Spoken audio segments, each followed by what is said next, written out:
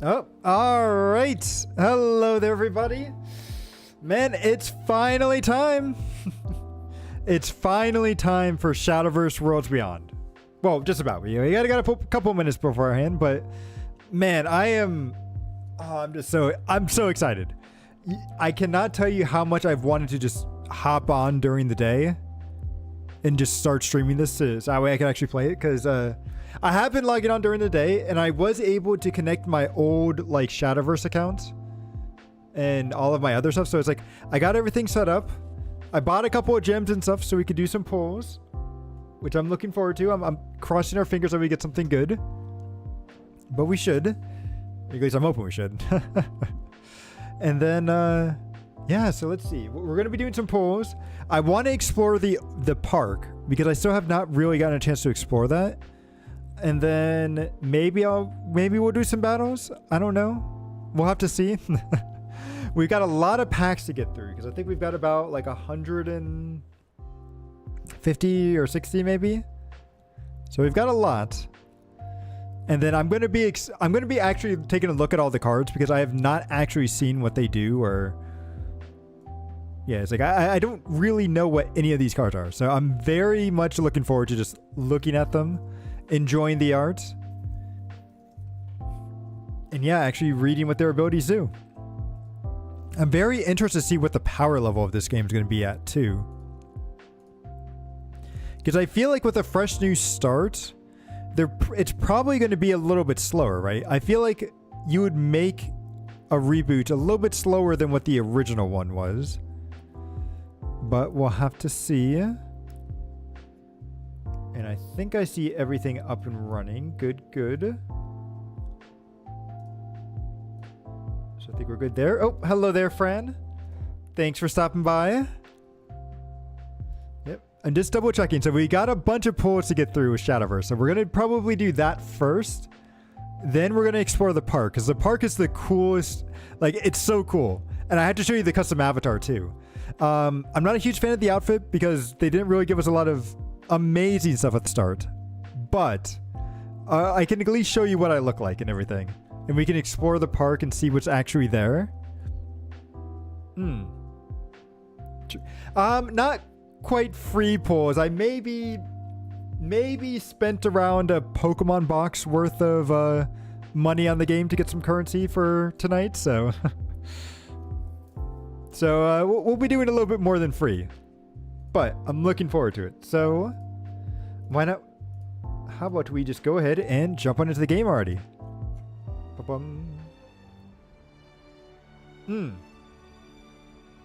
Well, it is sort of a first look. Like I've only, like what I did is I logged on, I connected my account. So if I go to like my profile, you should be able to see my old like Shadowverse stuff here. Yeah. So you get to see all my records from the original Shadowverse. I was able to, as you can see, I've got all my icons and stuff from the past game as well. But I haven't done any pulls outside of the 2 free daily pulls that I got from yesterday and today. But we've got a bunch of stuff to do, because I got several gems here to allow us to do this banner, which if we pull 10 times on it, we'll get all these special rewards. Oh, okay, yeah. So 170 is what I spent. 170 is what, because I got like there was a couple of free actually the website that this game has, like they actually sell the gems for about the same price, but they give you a little bit more currency and stuff as well. And I was able to unlock a special like bonus like outfit. I can actually disguise myself as one of the characters in the game, which is pretty cool. And I'll show that off once we actually get to the park and everything. But for now, let's go. Let's actually do some pulls. So we'll do this, which I think these are all 10 pulls. So this should be, doing all 10 of this should give us 100 packs right here. So let's go.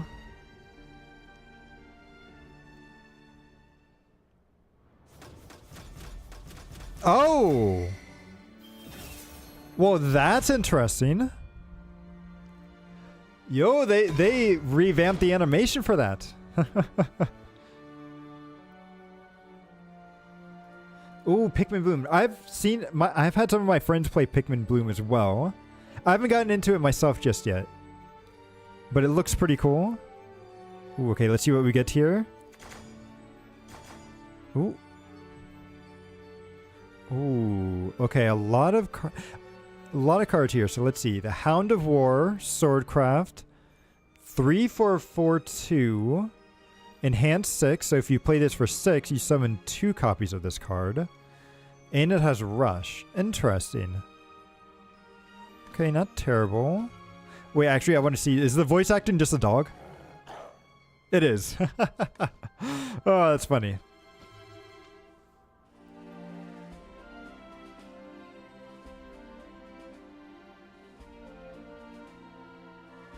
Oh, interesting. Okay, okay. I'll be on the lookout for that, because I guess that sort of makes sense because you're sharing like where you are and stuff. But yeah, I'll pay attention to that. But let's see. We got Capricious Sprite, Forestcraft, 3 for 1/1. Summon a fairy and then add a fairy to your hand. Evolve, replicate this effect. Is that good? She's just a young bud. Watch this. I feel like that's probably not very good, but we'll see. Then we got Ifra. Ifra the Wind Raider. It's a Dragoncraft. Okay, Dragon's the deck I'm probably going to be playing here. So let's see. It's a 3 for 2/1. If you're an Overflow, give this follower Intimidate. Which, what does Intimidate do? It prevents the follower from being attacked by the enemy followers. Ooh. And then it also has Storm, too. Oh, that's not bad. I wish it had a little bit more attack with how low its defense is. But okay. Little Miss Bone Manter. I feel like I have seen the art for this card. Very cool. I treat all my specimens equally. Ooh. Okay, I like the laugh there. Okay, so she's Abysscraft for 3 for 1/2. Last word, summon 2 copies of a skeleton. Oh, actually, what's the skeleton artwork? Oh, so they did revamp it a little bit. Okay, okay. Not bad. What's this? Oh, I feel like this card was in the original, wasn't it? Luminous Lance Trooper. Swordcraft, a 2/1/2. Trade is a Luminous. Interesting. It's not like an officer or anything. It's a Luminous. Fanfare, summon a knight, which I think is a 2/1. No, it's a 1/1. Okay. With nothing else. Then whenever an allied officer comes into the field, give it Rush, which the knight is probably an officer. The knight is an officer. Okay. Reaper's Deathlash. Select an allied and enemy follower on the field and destroy them. Interesting. Okay. The Shinobi Squirrel. I was wondering because I had the icon for this. I was like, where did this thing come from? It obviously came from this card. But a 2 for 2/1. Ambush. So that means that it has like stealth at the very beginning of the game. Evolve. Summon another one. Ooh. Okay. Okay. Not too bad. Then we have a Lambent's card. I really need to stop pronouncing these names because I have no idea how to. But it's a 2 amulet for Forestcraft. Add a fairy to your hand. Combo. Add a Deepwood Bounty to your hand. What's that? Deepwood Bounty. It's a 0 play cost card. Restore 1 defense to your leader. Okay. Then destroy. Engage, destroy this card, select a... Okay, okay. So that was our first pack.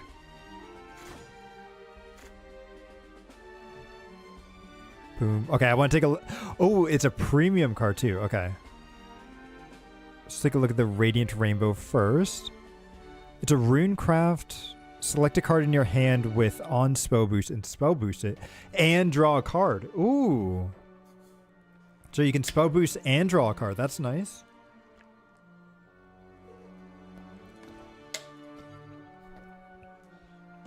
Let's see. Artifact recharge. Add a gear into your hand. Or add 2 different gears into your hand. Okay. Oh, it's just the card that can like fuse into this like giant. Yeah, this thing. This like Optimus Prime or Gundam looking thing. He seems so cool, but the way to summon him seems so confusing. I would have to.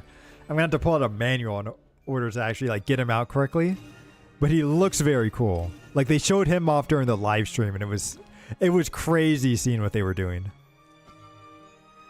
So Ruby greets Cherub? Oh, like a cherub is like an angel or something, isn't it? It's like the little chubby ones. So it's a neutral card. It's a 2 for a 2/2, so baseline's pretty good. Select a card in your hand and return it to your deck. Then draw a card. Okay.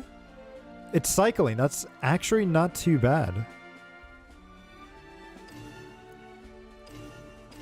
Mm-hmm. Is that a jingling purse I hear? And then this card. Look at how pretty this card is. Okay. So it's a white scale herald. 4/4/4/4, so stat line's pretty good. Dragoncraft. Fanfare. If you're in overflow, restored 4 defense to your fall. Okay. I was kind of excited because the artwork looked very good, but the effects kind of lame. I do like the evil art though. Got any questions for the Draco Guru? I think I need to change my sound settings. I can barely hear some of the voices sometimes. We'll do that after this. Ooh, okay, so Vigilant Detective. 3 for 3/3. Last word, add a detective lens to your hand. So looks like it's an artifact. When this card's destroyed, select an enemy follower on the field and remove ward. Remove ward. Huh. Interesting. I don't know. Is that good? I feel like that's so niche, but at least it's coming off of this card and it's only, but it still costs 2. Interesting. Okay, so oh, this is one of the cards that they had on the base, like in the original game. Okay. So Stormy Blast, Runecraft, so it's a 1-cost spell. Runecraft X starts at 2. So on spell burst, increase X by 1. Select an enemy follower on the field and do X damage to it. Okay, so it's a 1 to at base do 2 damage to something, which isn't terrible. And then just gets stronger and stronger. So this is pretty much like how it was in the base game as well. Okay. Then we have the Apprentice Astrologer. It's another Runecraft card here. 2 for 2/2, so stat line's good. Select a card in your hand and return it to your deck. Draw a card and then gain an Earth Sigil. Oh, so that's pretty much the same thing as this Ruby, but more generic to Runecraft. Okay. And Earth Sigils are usually pretty important for the deck itself, depending on if you're going like Earth Rune or not. Oh, and I like how she gains, like her hair gets longer too when you evolve her. That's actually pretty cool. All I can do is gaze up at them. And then we already saw that one before previously. Ooh, okay, so we got a couple golds. So we got Little Dragon Nanny. It's a 2 for 1/1. Dragoncraft Follower. Fanfare, summon a Fire Drake Rope. And then on Evolve, you get to replicate the effect as well. What does... Fire Drake Rope is just a 1 for a 1/1 with Intimidate. Permits his follower from being attacked by enemies. So it's 2 for essentially 2/2, but you're splitting it up. And then you can evolve it for another 1. I don't know.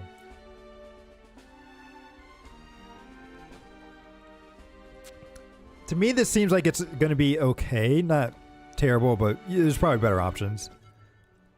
So Juno, the Visionary Alchemist. 5 for a 3/3. Ooh, okay. It's a Runecraft follower, which is interesting. Fanfare, select an enemy follower on the field and deal X damage to it, where X is the number of Earth Sigils you have. Okay, so that's maybe why he's a little bit weaker. Oh, and he also gives a crest too. Okay. Crest. Countdown 3. At the end of your turn, Earthright 1. Summon a Guardian Golem. Ooh, Guardian Golems. Are they still the same thing? Guardian Golems are 3/3 now. I thought they were... Wait, were they always 3/3s? They may have always been 3/3s, and then it's the Clay Golems that were the 2/2s. Okay, so but it's a 3/3 with Ward. That's really nice. Okay. So even though he's a little understated, at the end of your turn, he's going to summon a 3/3 to protect him. And then he'll keep doing that for 3 turns. That's not terrible. We need to see what else Earthright has. But that could be interesting. Okay, we already saw the Luminous Trooper. Ooh, Apollo Heaven's Envoy. It's a neutral card. 3 for a 1/2. This guy looks very much like oh, what's his name from Seraphim? From was it Grand Blue Fantasy? But let's see. So it's a, like I said, he's a 3 for a 1/2. Fanfare, deal 1 damage to the enemy follower, or to all enemy followers. Evolve, replicate the effect. Okay. You know what? A relatively good board wipe there. The 1/1 would probably be pretty good against all the fairies and stuff. Probably also good against Swordcraft. So it's good against aggro. And you can evolve it to do even more damage. Although on evolve, it's probably only like, what, a 2 something? Because I think evolve just adds 2 2s. So it's a 2 or a 3/4. Not terrible. Ooh, what is this card? Okay. This is main U, Dark Wielder. 2 for a 2/2. Aura. What is Aura? I don't know if I've seen that. Was it spell effect before? So Aura prevents the follower from being selected for enemies' abilities. By enemies' abilities. Interesting. Okay, so pretty much on fanfare and other stuff. But it could still... Can it still be targeted by enemy attacks? Like enemy spells and stuff? Or does that disable it from that as well? Abilities is the only thing I'm not sure on, but okay. Not bad. So Aura, and then whenever you engage an amulet, give this follower +1/+1 until the end of the turn.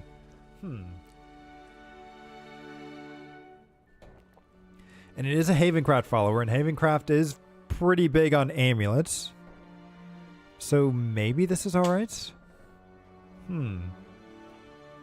It's not a bad card, but there's probably better. Ooh, oh wait, this card was in the original game too. Or at least this artwork was. Or at least this card. Probably not the artwork, but this card itself. So, Sylvia Garden Executioner. 6 for a 5/5.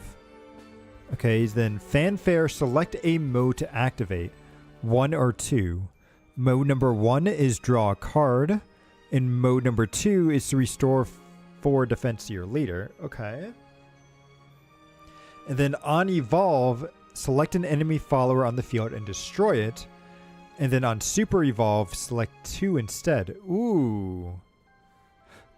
Okay.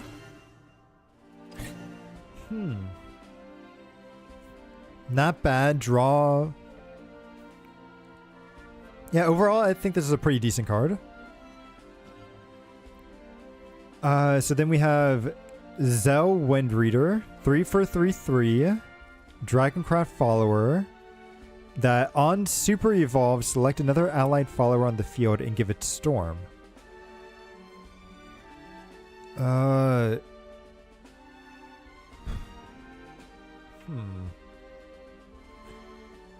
Is that good?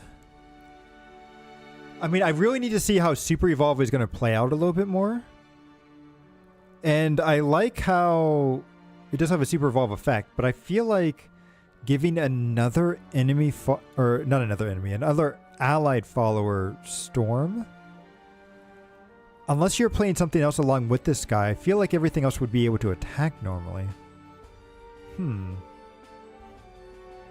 I don't know. I'll have to... he might be good, but I'll have to... Well, I'll have to see.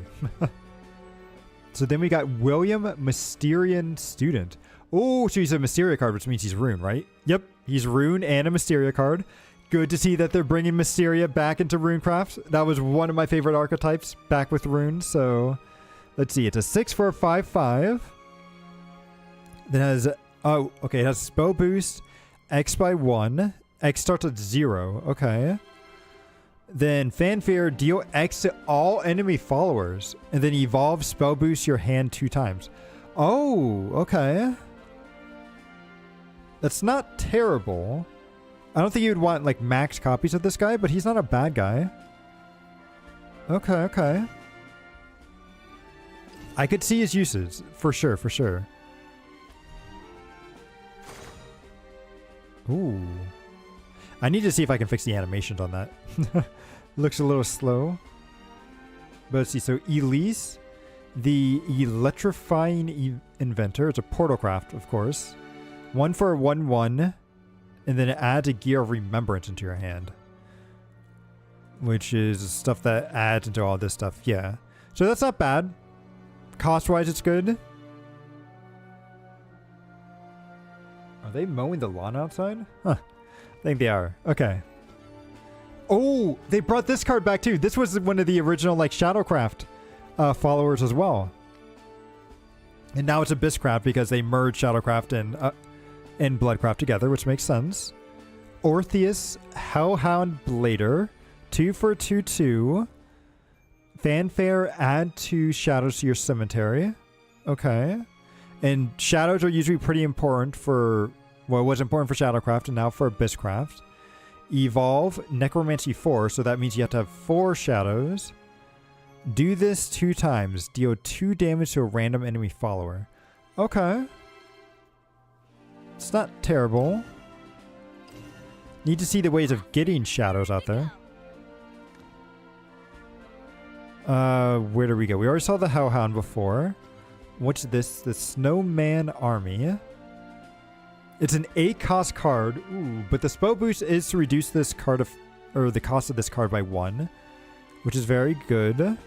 So select an enemy follower on the field. Set its defense to 1, and until the end of your opponent's turn, give it can't attack followers or leaders. Ooh. I mean, you're definitely only going to be playing it once it's spell boosted down to 0, but okay. Maybe? We'll have to see. Then we have Goblin Foray. It's a 5 cost spell that's neutral. Summon 5 goblins. Oh, okay. Goblin Slayer's not going to like that. And Goblin... Oh, wait. Okay, so Goblin was a neutral card before. It's a 1 for a 1/2. Okay. And you get 5 of them out for 5 yeah.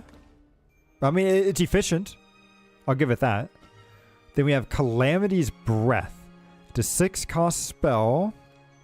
That's for Dragoncraft. Deal 5 damage to all followers. Ooh, not just enemy followers, but also your own followers too. Interesting. I feel like Dragoncraft had a card like this before previously too. I don't know. It's a board wipe for sure.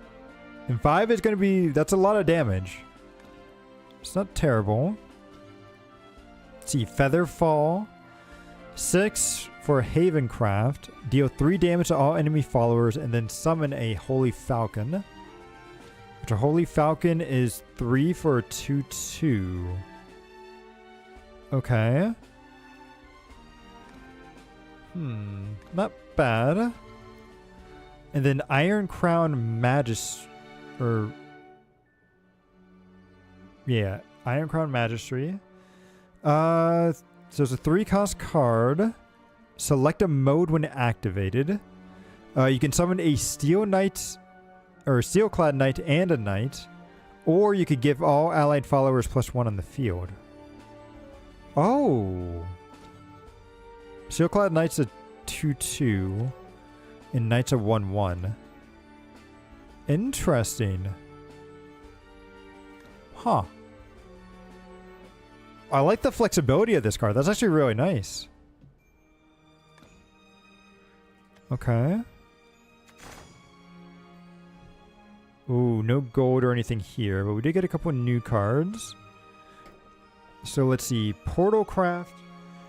Dirk, the Metal Mercenary. He's a 5 for a 5/5. Okay, so good. He's efficient. Fanfare, summon a Fortifier artifact? Oh, that's part of this whole thing for this guy. Yeah, yeah. Okay. Gotcha. Oh, a Dragoncraft here. Okay. So 4 for a 2/2. Ooh, I hope it has a good effect. Okay. Select an enemy follower on the field and destroy it. God. Is that good? It's removal that gives you a cheap body. I guess it would really need to see what Dragoncraft really has, but... Just point me to the nearest dragon. I do love the evolve sometimes, though. Time to face my fears. Good, good. Oh, this card's back. This is a Grand Blue Fantasy character, but it was always part of like Forestcraft as well. So it's a 7 for a 6/8. Okay, interesting stat line. It's a Forestcraft card, and it's Arian the Crystal Frostward.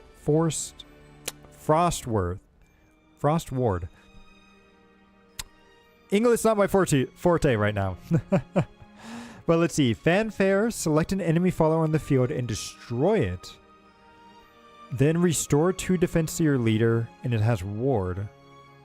Huh. Interesting. If this was in anything other than Forestcraft, this card might be actually pretty good.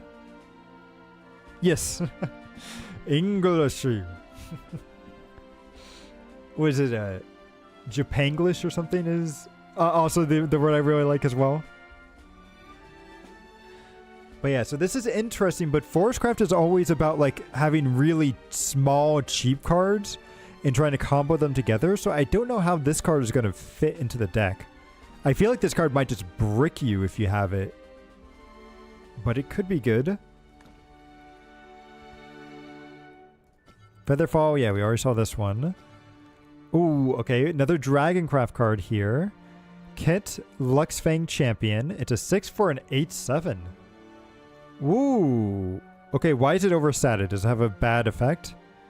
When this card is discarded, give a random allied follower on the field +1/+0. Interesting. So they're already adding in Discard Dragon? Oh, I hope that means that they don't have...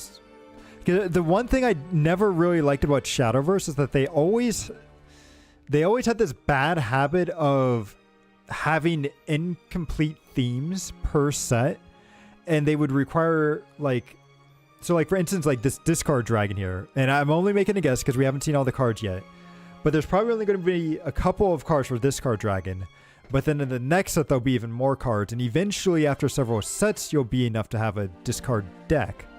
But by itself, we'll have to see if you can.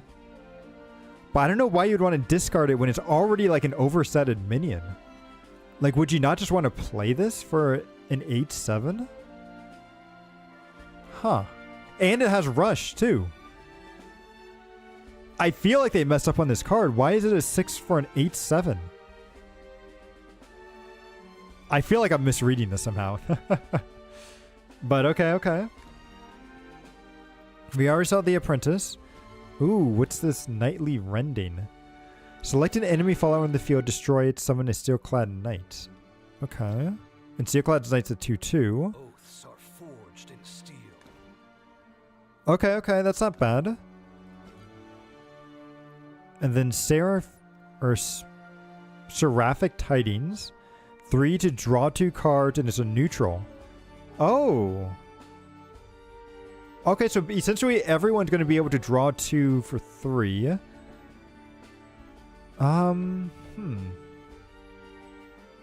Interesting. May wings be at your back. Okay, let's see. Eventually we'll get to our legendary. Faye Twinkle Toes. 2 for 2/1. Fanfare combo 3. So if you played 2 other cards before this, give all other allied followers on the field +1/+1. Ooh. That's rather nice. Wiggle with your wings, twinkle with your toes. But yeah, this is what I mean with fairy being very much combo heavy. Okay, Abysscraft Ghost Juggler, 6 for a 5/5. Fanfare Reanimate 4. Ooh, so we're getting Reanimate back in the game. What a lively audience. Ooh, Dragoncraft Fan of Atome. Does that mean Atome's in this game as well? Because she was another popular card as well. Although I thought she was more Swordcraft than she was Dragon. Although it was weird because I think she started off as Swordcraft, then she got converted into Dragoncraft during Ultra Sphere, and then I think she became so popular in Dragoncraft that she stayed in Dragoncraft. At least that's kind of the thing that I'm getting here. Let's see, so Engage 3. How does Engage work again? Can be activated once per turn by pressing the Engage button. Some Engage abilities cost play points. Oh, okay. So you play this for 1, then you have to spend another 3 points to summon out a bodyguard and select a card in your hand and discard it. And what's the bodyguard? It's just a 2/2 with Storm and Ward. I mean, the fact that it's Storm is actually really nice. Huh.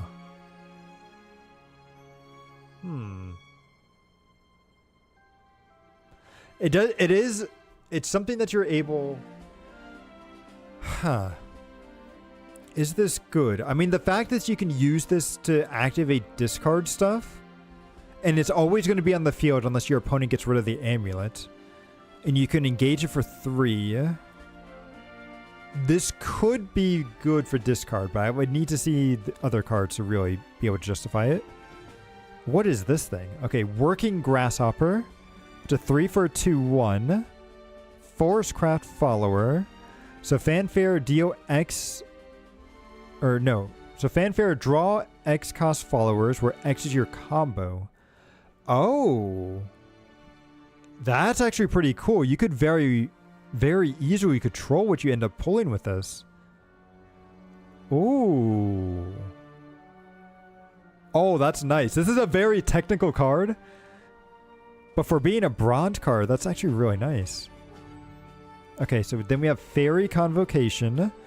1 cost spell that adds 2 copies of a fairy into your hand. Not bad. And fairies are actually really strong in this game now because they have Rush. Which means they can attack enemy units right away. Reaper stuff we saw. Okay, we saw those. So I haven't got our legendary. Oh, wait, because our legendary is all the way. No way. They added Miss Miranda back into this game? Miss Miranda, the adored academic. So the thing is, Miss Miranda is a teacher. Oh, but is this when she's a student? So it's funny because, like, so her card effect in the original Shadowverse was she was a teacher, and when she evolved, she would dress up as a student, and her, like, voice lines were, "I still got it," and, like, as a reference, like, she still looks good, even, like, in her, even as a teacher and stuff, so... I think that's the same thing here where she's... Hang on. Special assignment today. Solve this.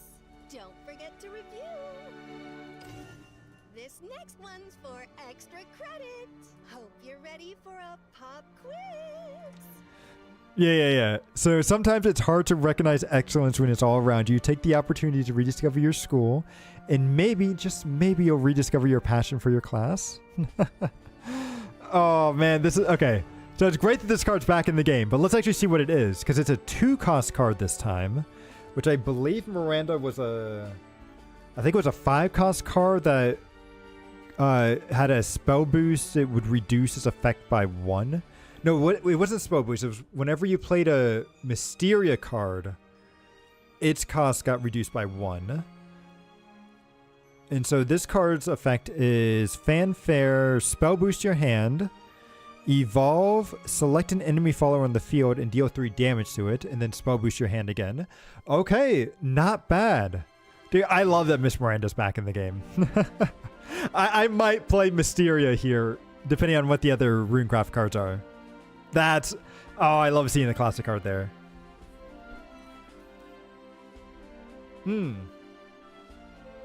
More just a costume. Yeah, exactly.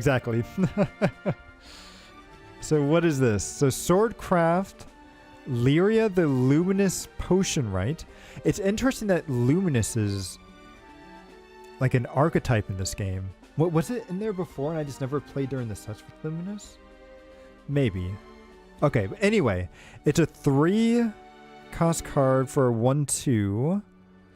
Fanfare, summon a Steelclad Knight, which is the 2/2, correct? Yes. And then whenever an allied follower enters the field, restore 1 defense to your leader. And this guy's an officer, so it's always restoring 1. Okay, I guess. Oh, this card was in the original game as well, for Bloodcraft too. Okay, 2 for a 3/3. It's Barrel, Nightmare Incarnate. So deal 3 damage to your leader, restore 5 defense to your leader. And also, hang on, let me take the name of this card. I have a friend who's who knows somebody named Barrow, so I just want to send that over.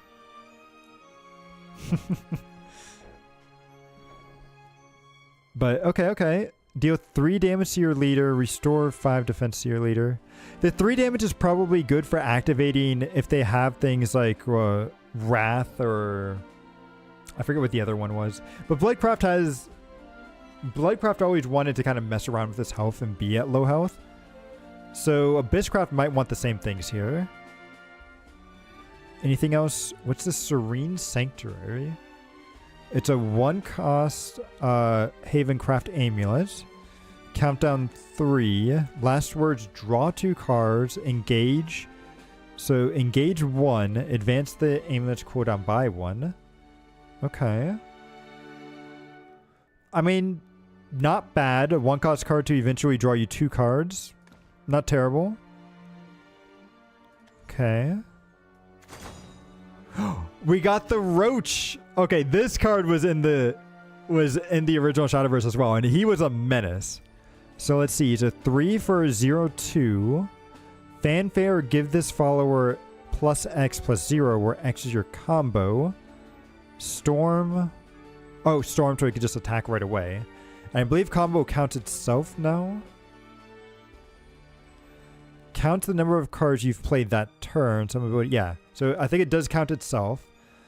So for 3, it's a 1/2. But if you have a bunch of combo stuff up... Huh. Yeah, you could make it be super strong here. I like all just insect sounds too.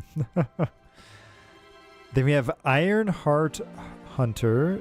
It's a Portalcraft follower. 2 for 2/2. Add another gear into your hand. Okay. And then evolve. Select an enemy follower on the field and deal 3 damage to it. Oh. That's not terrible. And I feel like I've seen this card before in the previous Shadowverse. Okay. Seen these. What's this one? So... is that Ian? The Lovebound Knight. 3 for a 2/2. Fanfare, select another allied follower on the field and give it +1/+1. This card has Ward. Okay. Not terrible. Could be better, but not terrible. Oh, this card also used to be in the game too. I remember seeing this card. So Sarissa, the Lex Spear Almadra.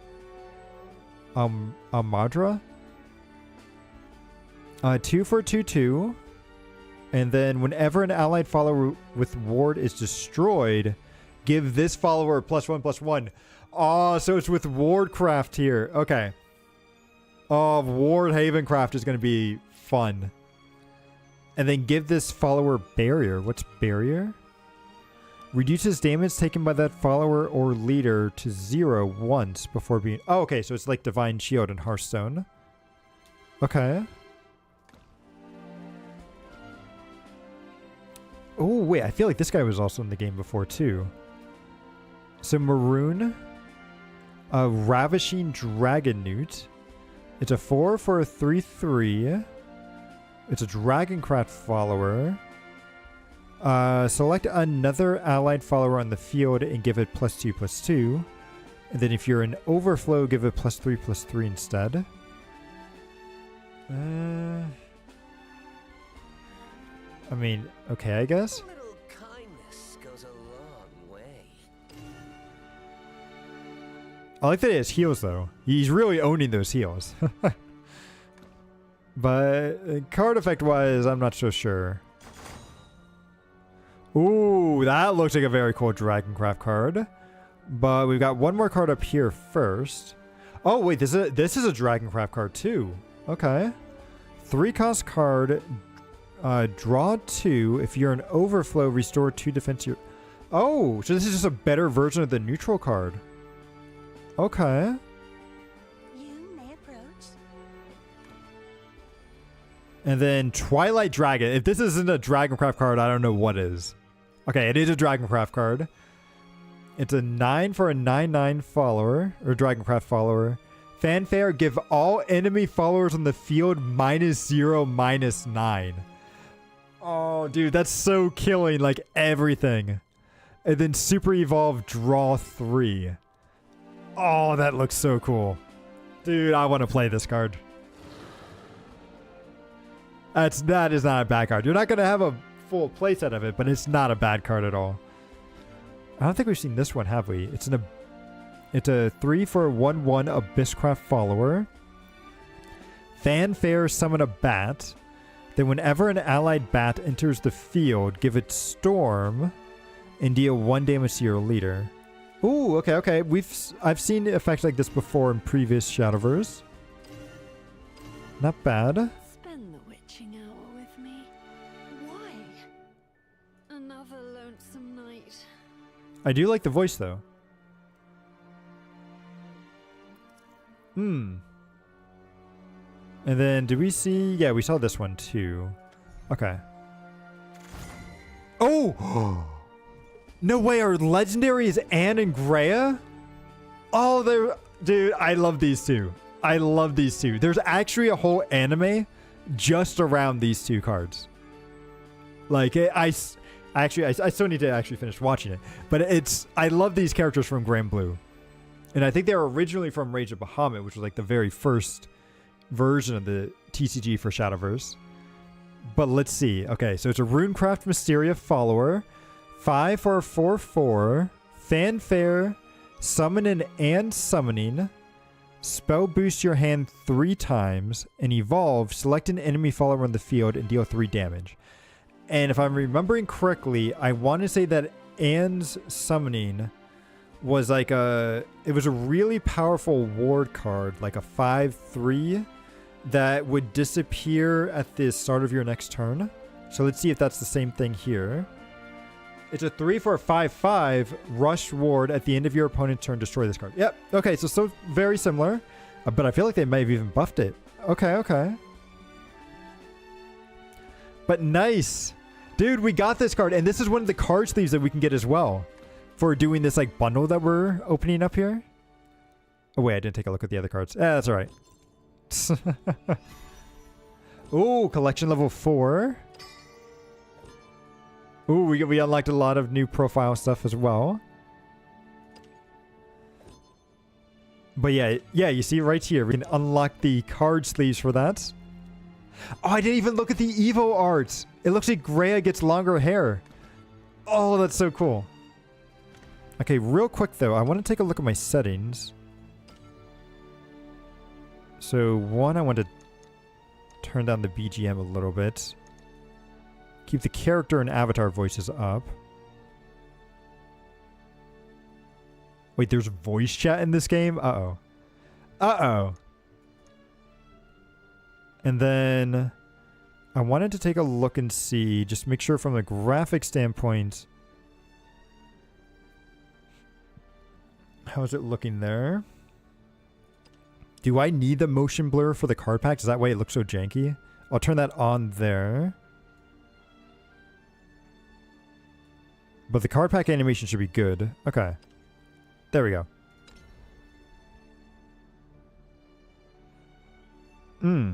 Okay, so let's do another 10 pull here. Let's see if we get a little bit better.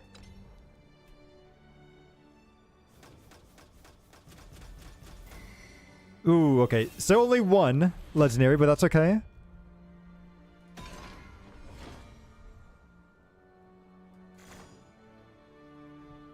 Ooh. Yeah, I did need the motion blur. That definitely looked a lot better.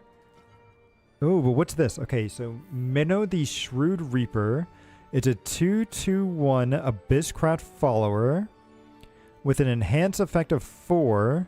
Give this follower Rush and Bane. Ooh. And it has a last word effects of add a skeleton into your hand. So Bane is whenever it attacks something, it automatically kills it. And Rush just allows it to attack. But Rush 4 to get that is, I don't know. I don't know. And what is a skeleton still just a 1/1? Yeah, still just a 1/1. Okay. Ooh, then we have a Nameless Demon. It's a 2 for 2/2 Abysscraft follower. Evolve, summon 2 copies of Bat. Okay. Which is just a 1/1. Oh, it has Drain. Okay, I don't think Bat had Drain naturally before. But that's nice. Wait, did we get this card? So Goddess Fairy of the Pond. 1 for 1/1. Last word, add a fairy into your hand. Okay, okay.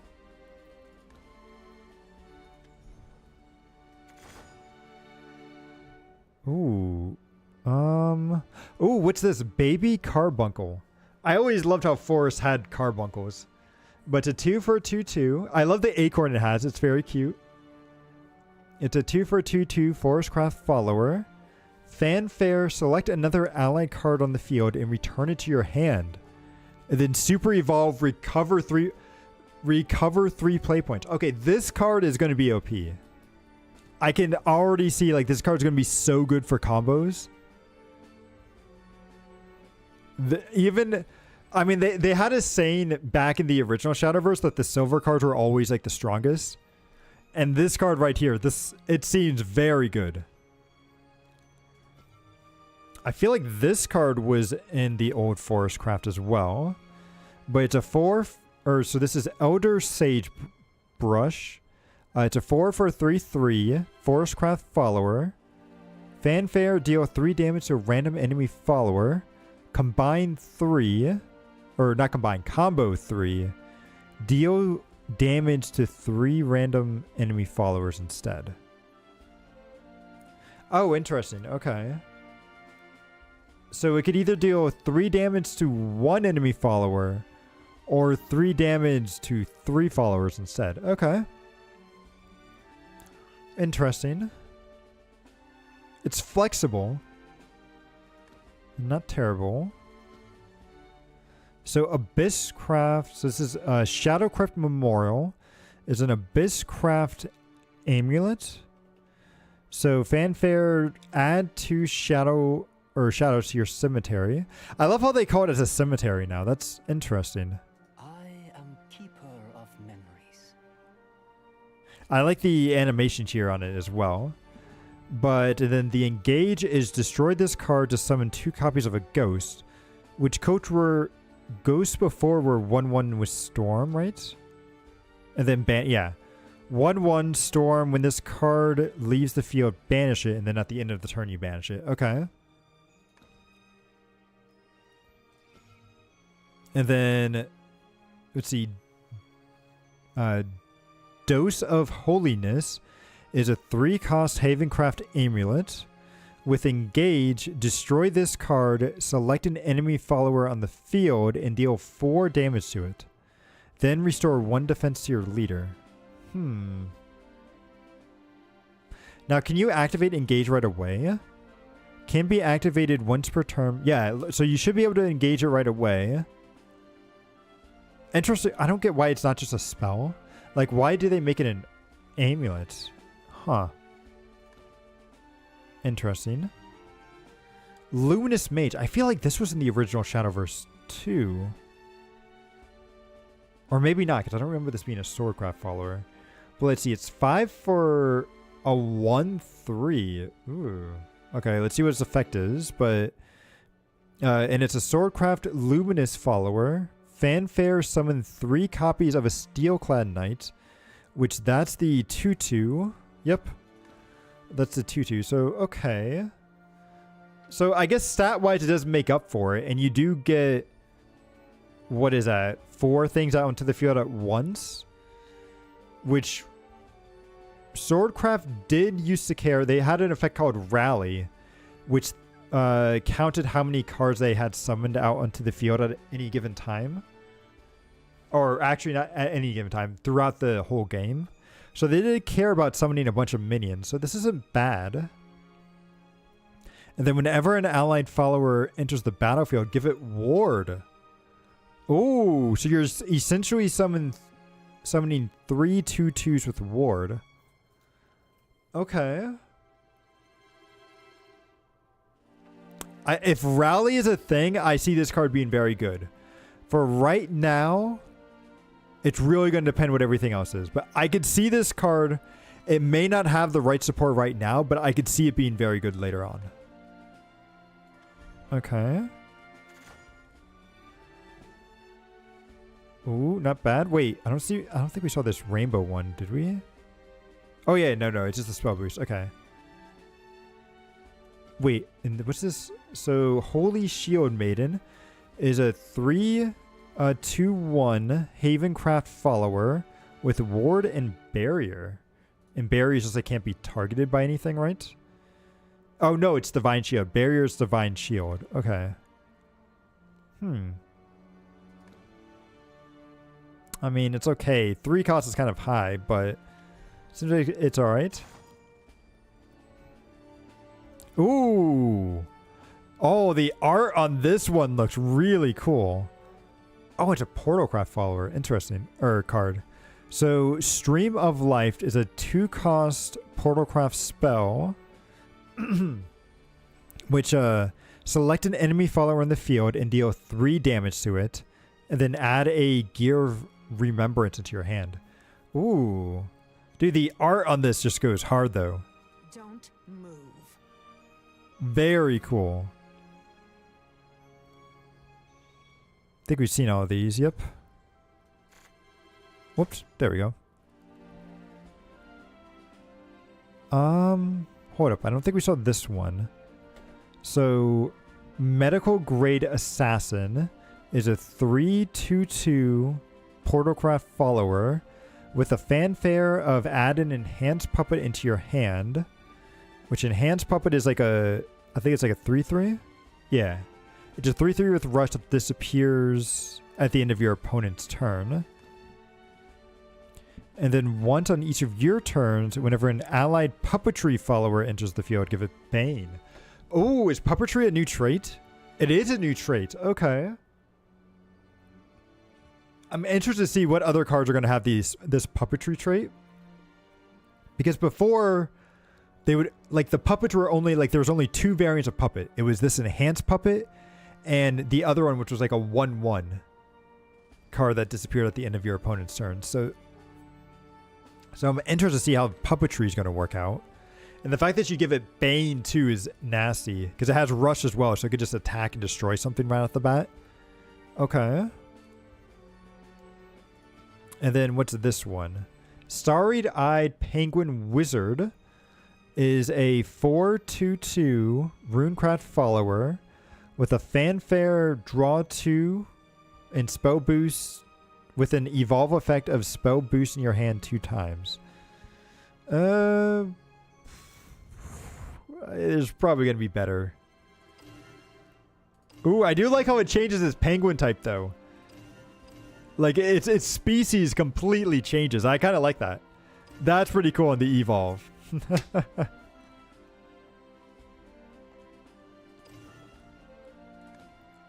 Okay, so let's see. So I got 6 more packs here. Ooh, we got several new things here. The second one looks a little creepy, so let's go to the first one over here. So, Vlad Impaler. Okay, I like that because, you know, that was what is it? What? Brain, do not... Dracula, right? Dracula was Vlad, right? He was known as Vlad the Impaler. But he's an 8-cost, 5/8 Abysscraft follower, which makes sense as he's an Abysscraft. Fanfare, select an enemy follower on the field and deal 5 damage to it. And then restore 5 defense to your leader. Huh. Interesting. It is a lot of damage and it is a lot of healing. I just don't like how he only has 5 attack though.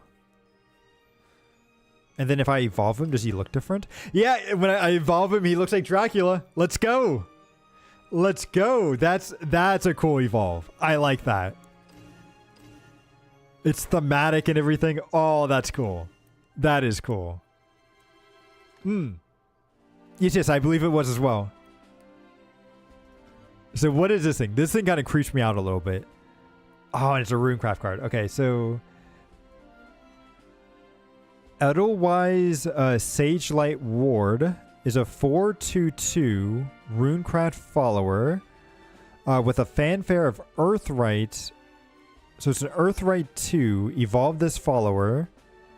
And then when this follower evolves, deal 4 damage to a random enemy follower and recover 2 play points. Ooh. The recover 2 play points is interesting. Oh, wait, this is just a mask that the person's wearing. Okay, the face was scaring me a little bit, but I think it's just a mask. Yeah, and then they... Wait, they take it off? Oh, okay, so she's a little girl holding a puppet, and when she evolves, the puppet turns into this giant woman, and then she takes off the mask. Okay. Interesting. I do love it when the evolves look so cool. Like, so much different than the normal, like, evolutions. Dons her mask. Looking for allies again, Filda. I feel like I know that voice actor. All this world lacks is wisdom. But nice, nice. Okay, and then Dark Seal Demon. 5/4/4/4. Abysscraft follower. Fanfare, draw 2 cards, deal 2 damage to your leader. Evolve, select an enemy follower on the field, and deal 6 damage to it. Huh. I mean, it's draw 2, deal 2 damage. It's not terrible, but I feel like you could probably find better stuff for it. Ooh, we're getting another Dragoncraft card here. So this is Silver Cloud Dragon Rider. An 8/6/6 Dragoncraft follower with ward and last word, summon a Vast Wing Dragon. And a Vast Wing Dragon is a 5/5 dragon with Intimidate, which means that it can't be attacked. Interesting. 8/8 with ward that summons another thing. It's probably very... Whenever they add in, like, Take-Two or some of the other, like, arena formats, this could probably be pretty good. But I feel like in Standard, it's just going to get power creeped by other stuff. But we'll see. We'll see. What is this? Mukan, the Shadow Crypt Ward, is a 4/3/3 Abysscraft follower with a fanfare of Necromancy 8. Evolve this follower, and then whenever an allied departed follower enters the field, give it Bane. Ooh, and then also has the effect of when this follower evolves, summon a ghost. Okay, so then that ghost is going to have Bane. Interesting. Oh, I wonder if the gold cards are the ones that have like different artworks. And then it's the silver and bronze cards that just have like the flipped artwork. Yeah, that must be what it is. And then because, well, even silver has some upgraded artwork sometimes too. Huh. Let's pay attention to that and see. Right, because this one's probably just a generic base and recolor. Yep. Yeah, even some of the silver ones do as well. Slight hair change there, but okay. So there's this one. So Angelic Prism Priestess.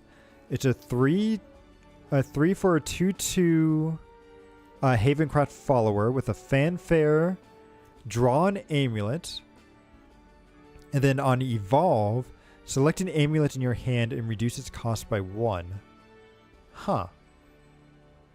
I like the fact that it just draws an amulet like it's a tutor card. Very good. It's going to really depend on what amulets are in the game right now for Havencraft. But this card could have some very good... Like, I could see this card being very good. For a bronze, that's a great card.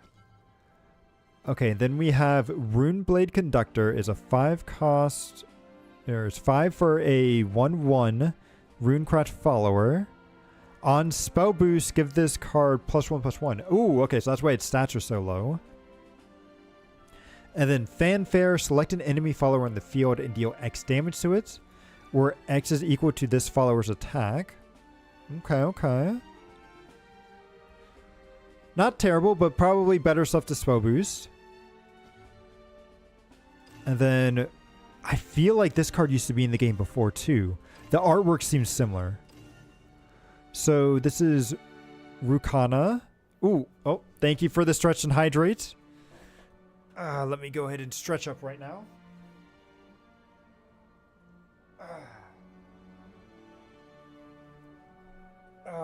Okay.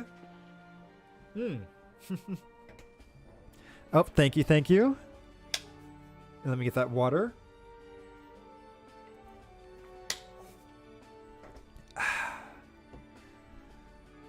Okay, so let's see. So, Fanfare, add a Gear of Ambition and a Gear of Remembrance into your hand. And then evolve, summon a Striker artifact. And I believe a Striker artifact... Oh, okay, Striker is just part of this whole crazy combo, this stuff that they have going on. Okay. Yeah, Portalcraft looks really crazy. Whoever decided to design Portalcraft for Worlds Beyond... They must have locked that person into a room and they just went insane. Because, like, these gears over here, you can combine to summon, like, this thing or this thing. And then these things combine together and form this thing. It's, like, it's crazy. They have, like, a whole flowchart to get it working. But I'm going to love to see it. I'm not going to be the one to mess with it, but I'm going to love to see other people trying it out. Ooh, okay. Wait, is that Lulu?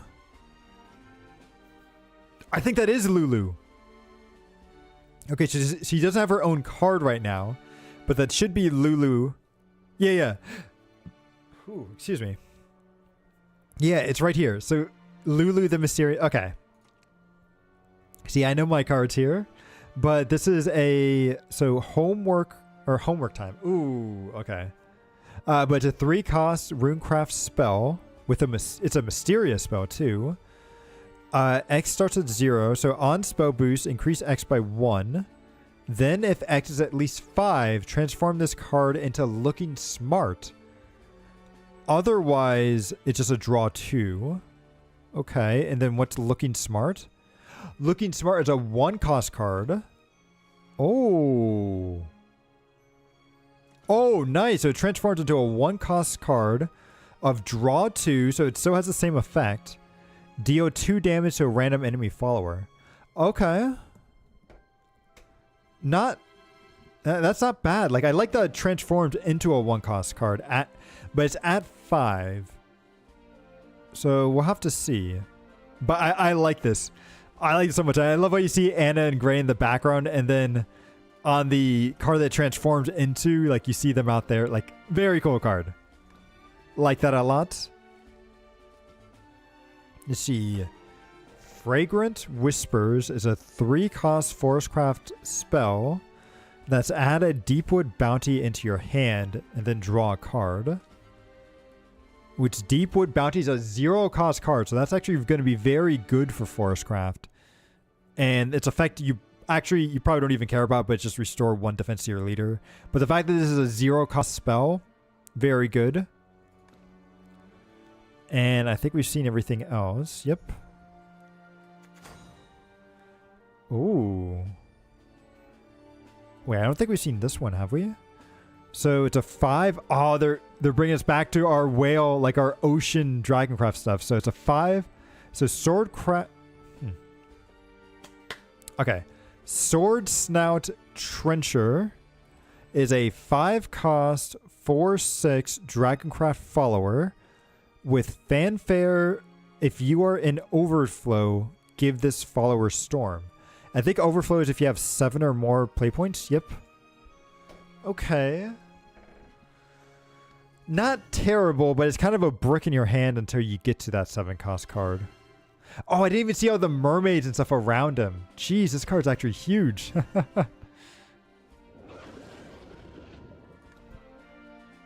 Okay. Ooh, what's this thing? Oh, no way. That card. Oh, this is Euryssus, I think, from Grand Blue Fantasy.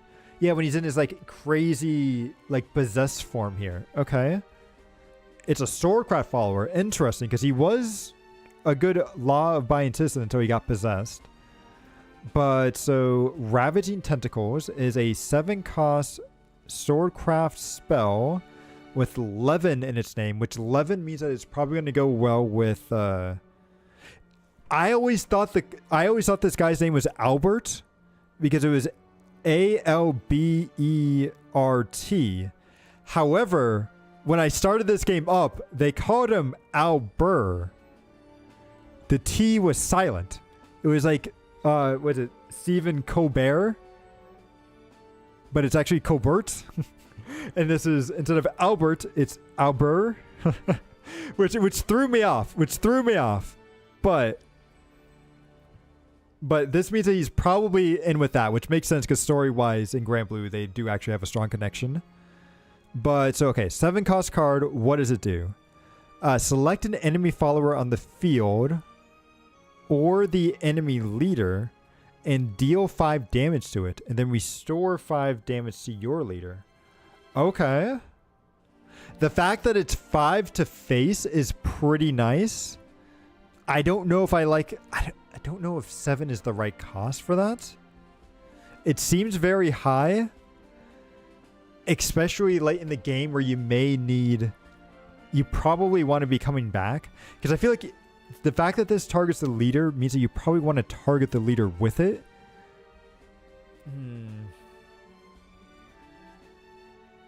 I think this is probably a win more card, in all honesty. I'll have to see how it works. But this feels like a win more card.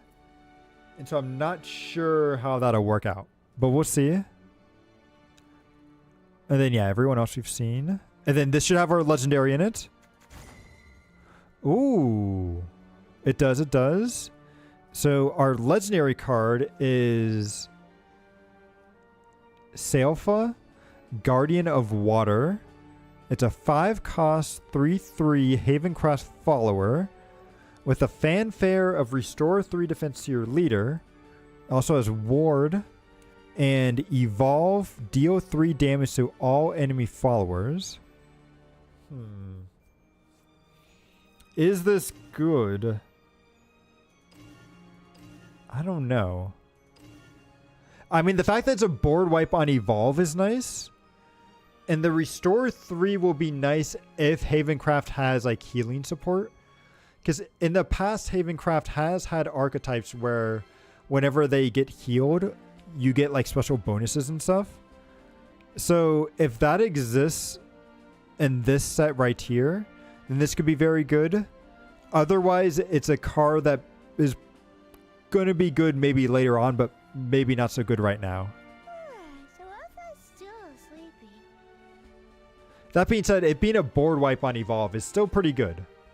And it heals and it's ward. So it could be, it's honestly probably a decent aggro counter in all honesty, but still hope for a little bit more.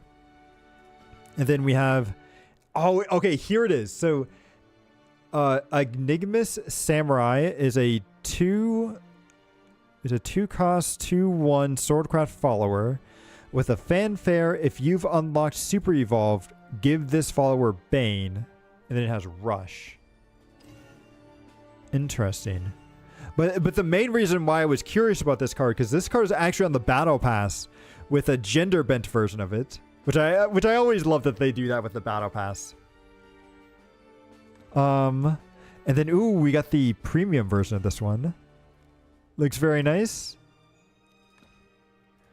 Okay, so yeah, so let me show you guys that the Battle Pass version of that one. Ooh, we're getting up to level 5. Let's go. So let me go back out. I think it's on the home screen that we can see the Battle Pass. Yeah, here it is. We can't, I don't know if it doesn't let me zoom in on it. But if you guys can see, it is a female version of whatever that card was. And do they have any other alternate art cards in the Battle Pass? No, it looks like that's the only one. Okay. That's nice. Like, I think the card styles are very cool. So anyway, we're getting distracted.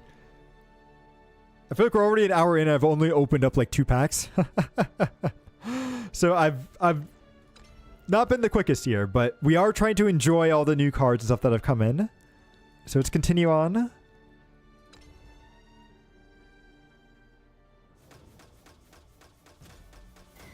Ooh. Not a great set here. We only got 1 gold and 1 legendary. It is. Ooh. Okay, what is this? So Dark Haven's Grace is a 2-cost Havencraft spell. With Engage 1, select an allied follower on the field and give it +1/+1. Also restore 1 defense to your leader. Okay.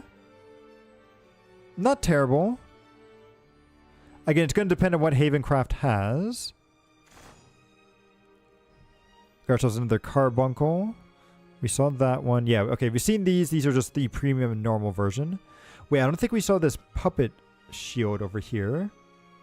So Puppet Shield is a 3-cost Portalcraft spell with summon 2 enhanced puppets. Okay. That's actually pretty good. A 3-cost spell that gives you 2 3/3s. Granted, they disappear at the end of your opponent's next turn, but that's still pretty nice. Ooh, several new stuff here. So let's see. Noah, the Threads of Death, is a 6-cost 5/6 Portalcraft follower with a fanfare of add 3 copies of Puppet into your hand and give all puppetry followers in your hand +1/+1. Ooh. So that means that the puppets are now a 2/1, right? Yep. 2/1 with Rush. Okay, a puppet deck might be pretty fun in Portal. I love how we're getting another premium version of that one. And then we have Doomrite Resurgence. It's a 5-cost Portalcraft spell with select 2 artifact followers in your hand that cost 5 or less. Summon an exact copy of each and give the exact copies at the end of your opponent's turn. Destroy this card. Okay. Interesting. If it's an exact copy, if those artifacts have like last words and stuff on them, that could be very good. And then we have Reno, the Luxwind Featherfolk, is a 4-cost 3/5 Havencraft follower with Clash, deal 1 damage to the enemy leader, and Super Evolve, give this follower can attack 2 times per turn. Oh, that's kind of nice. And on a Super Evolve, because like Super Evolve means that it can, like, whenever it attacks an enemy follower, he's essentially doing 1 damage because of the clash, and then Super Evolve sends the enemy's like followers into them, dealing 1 extra damage as well. So he's doing 2 damage to the enemy leader, and he can do that twice, so that's 4 damage. That's not bad. That's actually really cool. Oh wait, maybe it's just she? Storm clouds, blow 'em away. Okay, no, it's a she. Okay. And then, okay, this is a premium version of the draw card. Okay, nothing new. Wait, Owl Summoner? Did we see this? Owl Summoner is a 3-cost, 3/3 Runecraft follower. With Fanfare, gain an Earth Sigil, and then evolve, select an enemy follower on the field, and deal 5 damage to it. Okay, okay. Right. It was a little tricky at first. But let's see. So go. Ooh, we missed some. Ooh, wait. Is this a. So. Maeve, Guardian of Earth, is a 7-cost, 5/7 Havencraft follower with Ward. Last word, summon a copy of a random allied amulet. Destroyed this match with the highest base cost. Ooh. Oh, that could be very good for amulets. Like, that could be very good for that. Like, that's actually really nice. Okay, okay. It's a little expensive, but great effect. Dude, the art looks so good on the Evo. Oh, that's so cool. And then we also have over here, interesting how this one's not considered new. But we have Yuna the Occult Hunter, is a 4-cost, 3/5 Abysscraft follower with Ward. And last word, add a ghost and a bat to your hand. Oh, okay, okay. And I like how it's like it's a bat and she's going trick-or-treating. I think that's actually really cute. Like, she's a vampire, but she's going trick-or-treating. Okay, not. Ooh. Okay, that's just a premium version of that card. Boom. Ooh, okay, this is our one gold that I think we got. Which is the Ancient Cannon. Oh, this card was in the trailer. This card was in the trailer. They had it as like a visual. Okay. So it's a 5-cost Portalcraft spell. With Fanfare, add a Gear of Ambition to your hand. With Fanfare, or with when you fuse, deal 2 damage to an enemy follower. Interesting. So this card doesn't have fuse, but Gear has fuse. Huh. Does this trigger when it's in your hand then? How interesting. Unless this is considered an amulet? I don't think so. It looks like just a cost. Huh. I can't tell if this is an amulet or not, because otherwise this effect seems really weird. Huh. Interesting, though. Cool little effect there. Okay, nothing new. See, that's it. It's going to be slow at the beginning, but now that we've seen a lot of the cards, we can kind of speed through it now. Dude, the art on the premiums do look pretty nice. Like, I love the effects that they do. Oh, and this is our legendary. I like how the background changes, too, to be all kind of rainbow. Ooh! We got a... Wait, how do you say your name? Yudi? I think it's like Yudi or something. But she's like the mascot of this game. And I'll show you guys. She's actually in the the world as well. The park. Like in Shadowverse Park. Which is very cool. So Yudi Maiden Reborn is a 3-cost, 3/3 Portalcraft follower. With a Fanfare of draw a card. And on Evolve, you gain a crest of Yudi. And the crest is count on 3. At the end of the turn, if you have 5 or less cards in your hand, draw a card. And then if you have at least 6, restore 1 defense to your leader. Okay. That's not terrible. It's a pretty good draw engine in all honesty. So I think that's pretty good. And then evolve. Okay, not bad. I think this is one of the cards too that you can get a good full art if you pull like 300 times or something. Pleased to make your acquaintance. There's not much I can't do. And then what else did we get? Nightly Rend. Okay, yeah, we just see that one. Oh, hello there, Gale. Thank you for stopping by. Well, so far I haven't been able to really do much because I was at work today. You know, I did set up the guild and everything, and I got a couple of, like, just did all the connections and everything to get all my old stuff from Shadowverse in. When I say old stuff, more like cosmetic stuff in the game. But right now we're just kind of opening up card packs because I did spend an okay amount. Well, I say okay. I spent around 170 bucks to get some currency and stuff. So we're doing some pulls, opening up some card packs, and just actually like enjoying all the new cards and stuff that we got. But let's see here.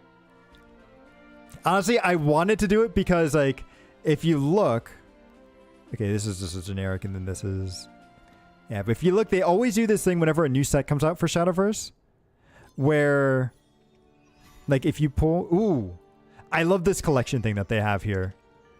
So like if you pull like on this banner like 10 times for like, this will give you like 100 card packs. You get these like extra rewards and stuff. And I always find that's a good way to kind of speed run your account, or not speed run, but it's a good way to kind of like help you get going.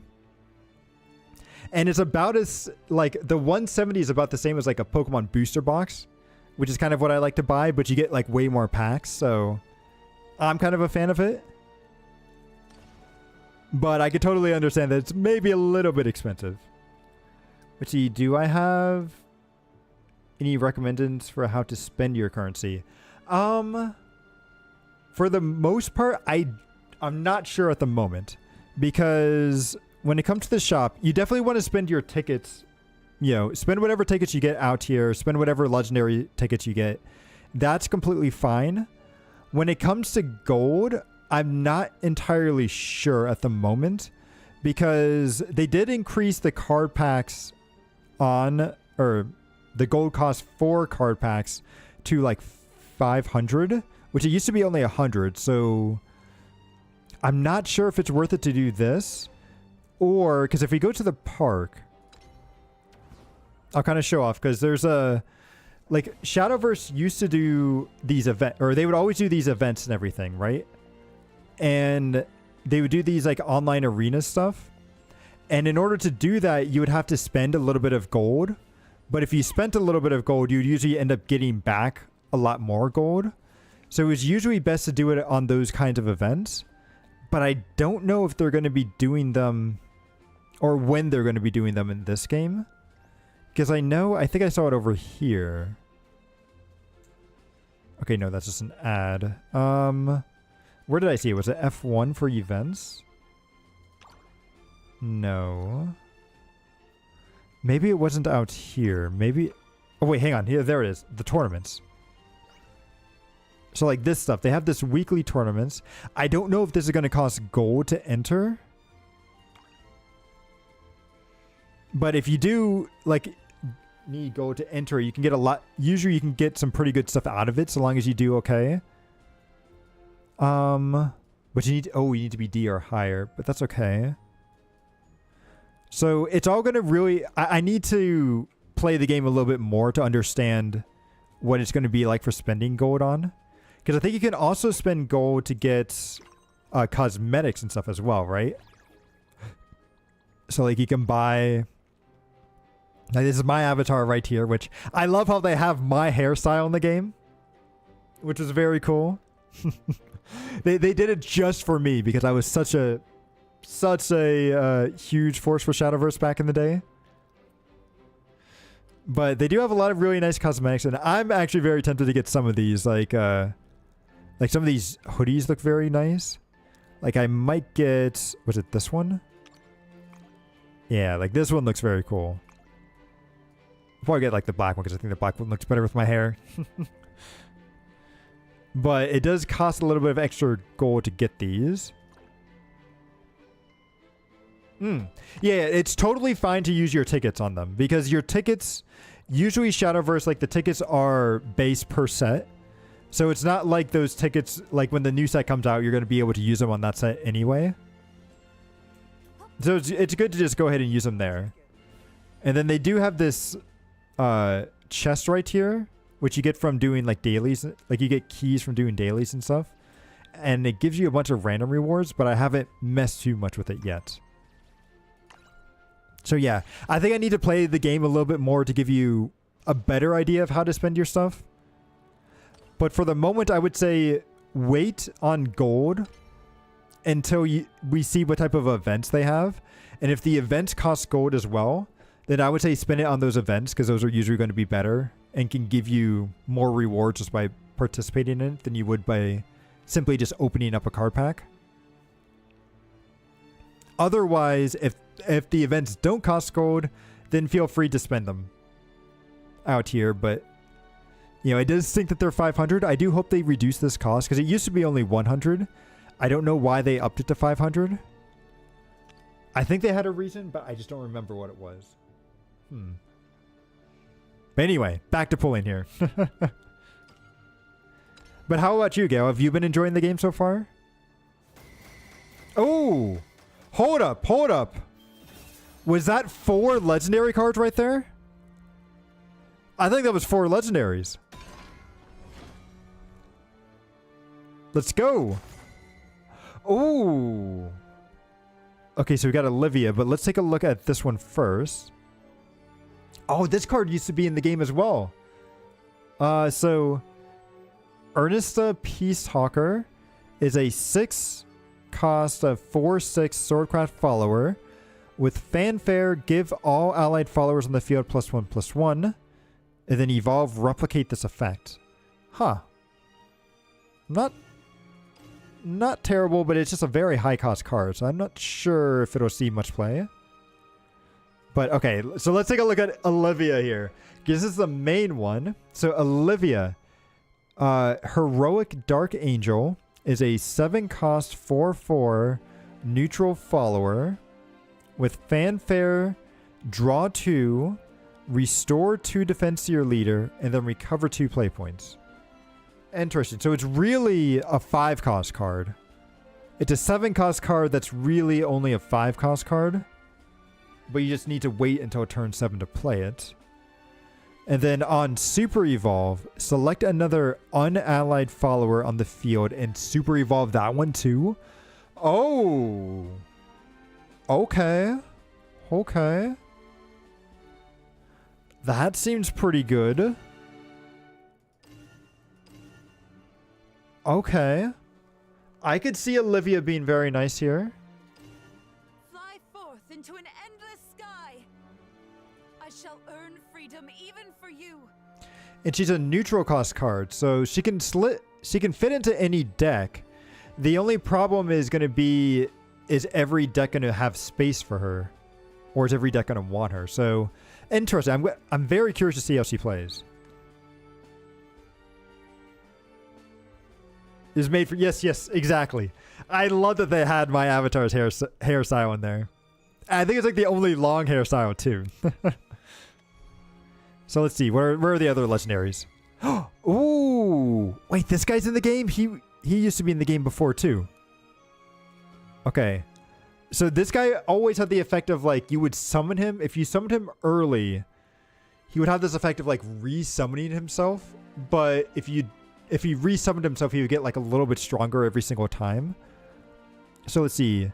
So Kagemitsu, Enduring Warrior, is a 3 cost 2/2 Swordcraft follower. With last words, gain a crest of this guy. Which the crest is countdown to summon this guy. Yep. Okay, so he just re-summon himself. And then Super Evolve, this follower gains Storm. Okay. So eventually he turns into a Super Evolve with Storm. Although Super Evolve really wants to be attacking enemy units, don't they? Because it does like extra stuff there. Huh. Interesting. It's nice to see him back in the game. There is nothing I can't cut. But, huh. I don't know. The fact that he doesn't really gain much on resummoning himself is interesting. Because usually, I think what it was before is that when he would resummon himself, if your like rally count or something else was like above a certain point, he would evolve by default. But the fact that he doesn't really have anything, and he's just a crest, interesting. And then who is this one? So Emilu, the Witch of Wonder, is a 5-cost 2/2 Runecraft follower. With on spell boost, reduce the cost of this card by 1.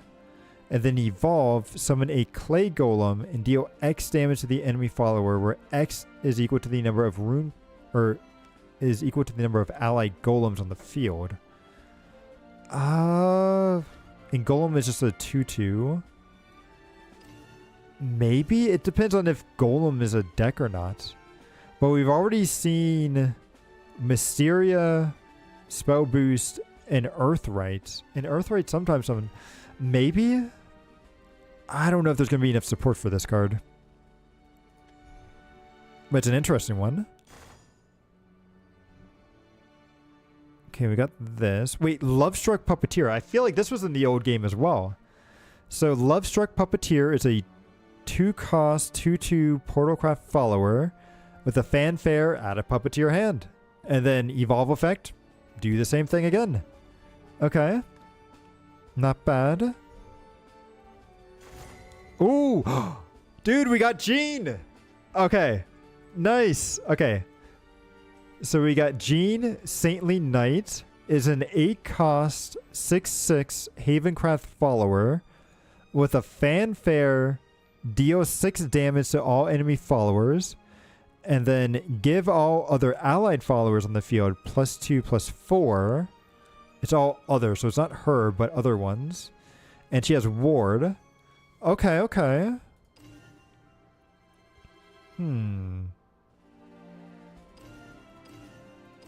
It is an interesting card. Yes, she definitely does look like Joan of Arc with the Evo art, doesn't she? But my main concern with this character here is that, like, it being a board wipe is nice, but it's very costly, and you really want to use it to buff up your allied followers. But I feel like if you're already on a board state where you have allied followers for this card to be of use, you're already winning the game to begin with. So this feels very much like a win more card. But I'll have to mess around with it and see.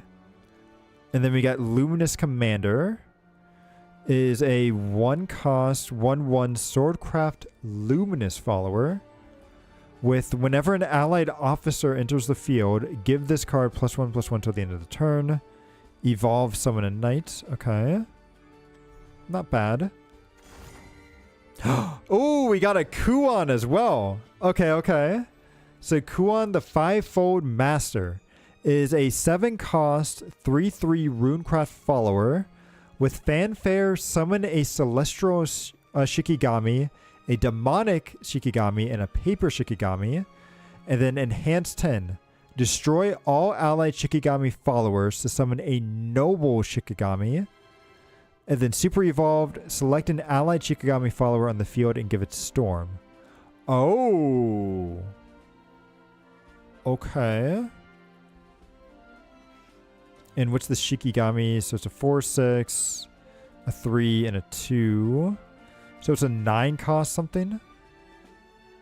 Okay, so it's going to be like a 10 something. And I think I saw something where it's like you could summon 2 Kuons. Well, maybe not exactly 2 because you would have to... You wouldn't be able to do that back. Wait, no, you could do that back to back because of Runecraft's ability. Yeah, ooh.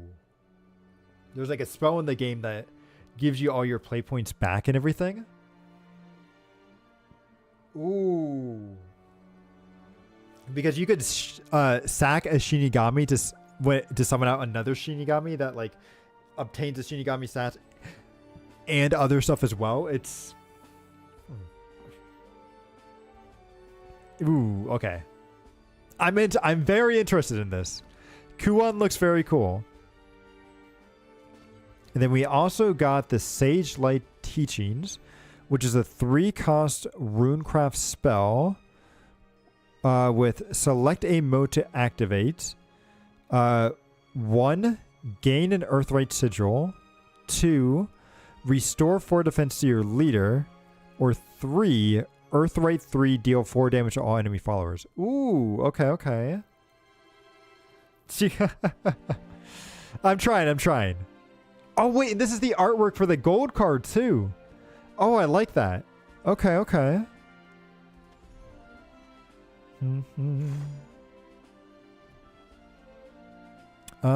Nothing new. Wait, I don't think we saw this Radiant Angel before, did we? 522. Oh, I think we did. It was at the very end last time. Okay. Boom. Ooh, what is this? So Deepwood Fairy Beast is an 8-cost 4/4 Forestcraft follower. With fanfare, draw a card, restore X defense to your leader, where X is equal to the number of cards in your hand. Huh.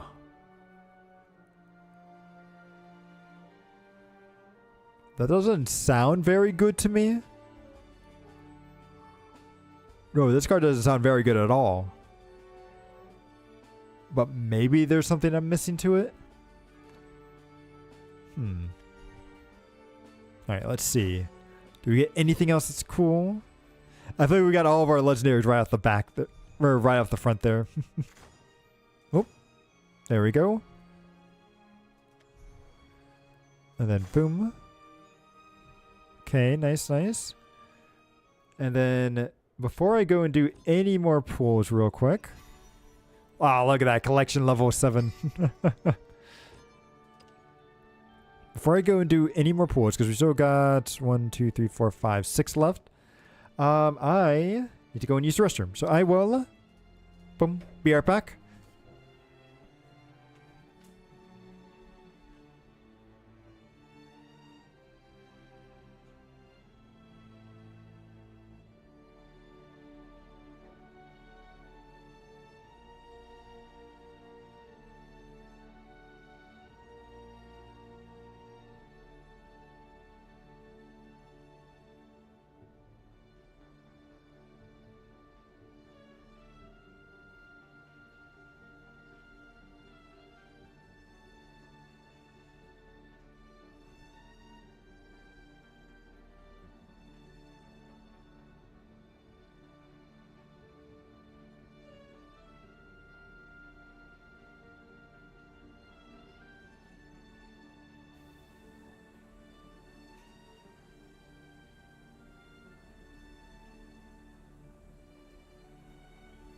Oh, and I'm back. Well, just about. And as you guys can see, you can look at all the leaders I've been passing by here. Let's get ourselves back. Bum. There we go. Looking. Whoop. What did I do? Boom. There we go. Let me make sure I get the chat back. Okay. So now, onto more pulls. We still got 6 more to go. Actually, I say 6 more. We still have 6 more there. Then we've got like 40. Oh, 2 legendaries. Okay, and then we got like 40 individual pulls and then like 5 legendary pack pulls. So we still got quite a lot. Boom. Oh, we did see this guy, but I think we didn't get his normal version before. Ooh. I like the premium on that. The effects look really good. Go in here. Okay. Ooh. Wait, I feel like this card was in the base game too. So Miriam the Resolute is a 3-cost 2/3 Portalcraft follower with a fanfare, add a gear of ambition and a gear of remembrance to your hand. Evolve, replicate this effect, or replicate the fanfare effect. Okay. Ooh, okay, not bad, not bad. Yeah, Gale, if you're so here, you should take a look at Portalcraft and this gear stuff. Because, like, it looks very tricky, but it's very fun because you, like, combine all of these things together to eventually be able to summon out, what is this, like, Optimus, like, Gundam here. He looks like Optimus Prime, but I could see him also being a bit more of, like, a Gundam slash, like, Power Ranger mech thing. It looks very cool, but also very complicated with how to get him out. I need to look at it because I have like a huge flow chart that they had for this guy, but it's like you have to like, because you get these little guys right here and then you fuse them together with other stuff to create this thing, which you then have to fuse into other stuff to get these ones. And if you have these two out in the field, then they combine together and create this. It's this weird chart. I need to look exactly again how it all works out, but it looks very cool. Oh, okay. No worries. I feel like just get a deck first that you like and then mess with it. And then once you get going, like then you can start working on other stuff as well. I haven't even done all those missions. Man, I've got so much stuff I need to go and do in this game. Ooh. Okay, the effect looks very nice on that. But let's take a look. Oh, dude, this guy used to be in the game too. I think he summoned like silver and gold dragons. So, Garyu, the Fabled Dragonkin, is an 8-cost 5/5 Dragoncraft follower. With a fanfare, summon a Supreme Gold Dragon and a Supreme Silver Dragon. Which those are... The Supreme Gold Dragon is a 4/5 with Ward. And the Silver Dragon is a 5/4 with Rush. Okay. And then on Super Evolve, give all copies of the Gold Dragon Storm and all copies of the Silver Dragon Barrier. Interesting. And Barrier, I think, is Divine Shield, right? Yes, Divine Shield. Interesting. Huh. He does... This guy could be pretty good. Unmatched across sky and sea. I would just need to see what the other big guys that Dragoncraft can end up summoning. Oh! Oh, this card used to be a leader before, actually. So Ramia, the Sonic Boom, is a 8-cost 2/2 Portalcraft follower. With a fanfare, select 3 artifact followers in your hand that cost 5 or less and summon an exact copy of each. And then Super Evolve, give all allied artifact followers on the field +1/+1. Huh.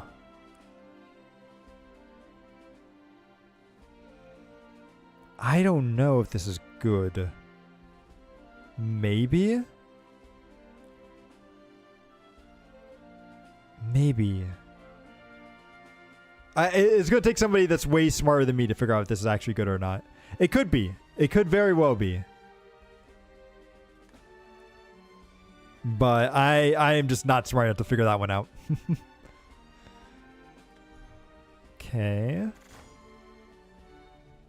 Anything else in here? Wait, Artifact Recharger. What's this? Oh, okay. Yeah. It just adds artifacts into your hand. Ooh. Wait, did I see what the evil of this looks like? The evil art, like how the city changes at night, looks very cool. Ooh, wait, what's this guy?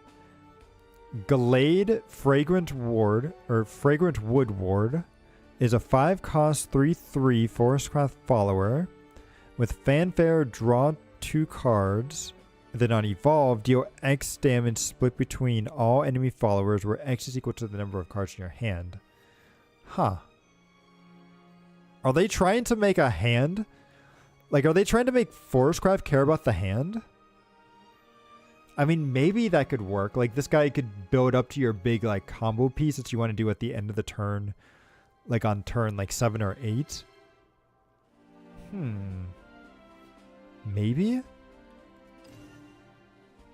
Oh, I like the art. Like, the Evo is very cool. I do like that, though. Huh.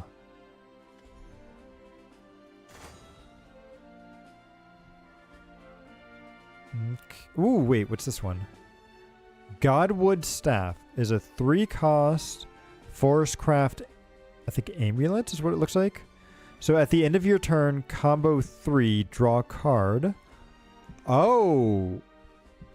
Well, that's just very nice. And then engage, destroy this card, select another allied follower on the field and return to hand. Wait, this first effect just triggers every single time it's out in the field. Why would you ever engage it? That seems like such a good draw. Although I guess you do have to combo every time, and if you're trying to save your hand, maybe it's not that good. Huh. I need to understand how this card would work. But it seems kind of cool. Do we know this one? Oh, yeah.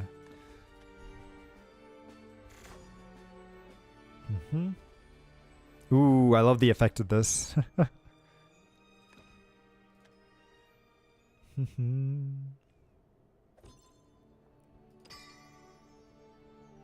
Okay, but nice. Alright, let's keep going.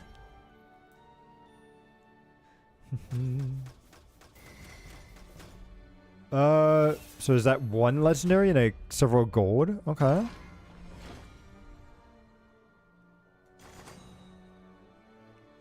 Ooh. This guy looks... The art on this looks so creepy. Also, I feel like he was in the original Portal as well. But so, Liam, the Crazed Creator, is a 10-cost 8/8 Portalcraft follower. With Fanfare, summon 3 copies of Enhanced Puppet.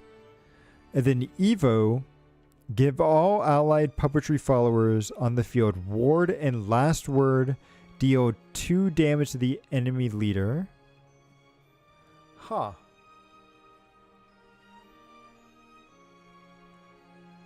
Okay, that's not terrible, but is that good? Because I feel like with 10 costs, you want to be giving them like Storm or something. Although I guess with Rush, they could kill themselves onto the enemy units.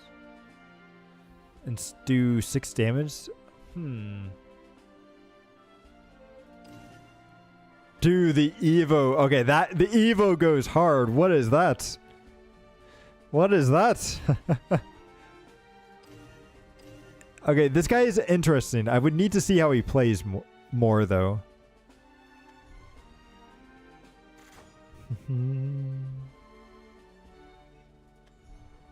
Okay, nothing new. Premium. Yeah. Is Ward's it can't be targeted, right? Because that's a new keyword just for Shadow or for Worlds Beyond that I don't remember being in the base one. But I think it's that it can't be targeted. Oh wait, no. Ward is just taunt. Ward is taunt. I'm an idiot. It's Aura. Aura, I think, is like it can't be targeted by stuff. But Ward is taunt. Okay. No, that's actually... You're right. That is actually really good. Ooh. Okay, here's our legendary. Oh, dude, we got Forte. Oh, Forte used to be a... Oh, she's a Dragon Classic. She used to be a leader as well. So Forte, the Blackwind Dragoon, is a 6-cost 5/2 Dragoncraft follower with Storm and Intimidate. Ooh, what's Intimidate? Prevents the follower from being attacked by enemy followers. Ooh. So that even though she has low defense, that still is like really good for her. And she has Storm, so she can just go straight to face. Oh, that's so good. She's not a leader right now. But with her popularity, they'll probably make her a leader again at some point. In fact, I wouldn't be surprised because I believe with Shadowverse, because the game did get delayed a little bit, they actually have the next, like, I think 3 to 4 sets already completed. And they're going to be releasing them on, like, a increased cadence. So I think, like, the first set comes out in just only a month from now. Like, the next 2 sets are only, like, a month apart. And then after that, I think it's, like, a month apart. And then the next one after that will be, like, 2 months. And then they'll go to, like, a 3-month cadence, I think. Either a 2.5 to 3-month cadence on it. But I get the feeling that they might add her as a leader in one of those sets. But we'll see. We'll see.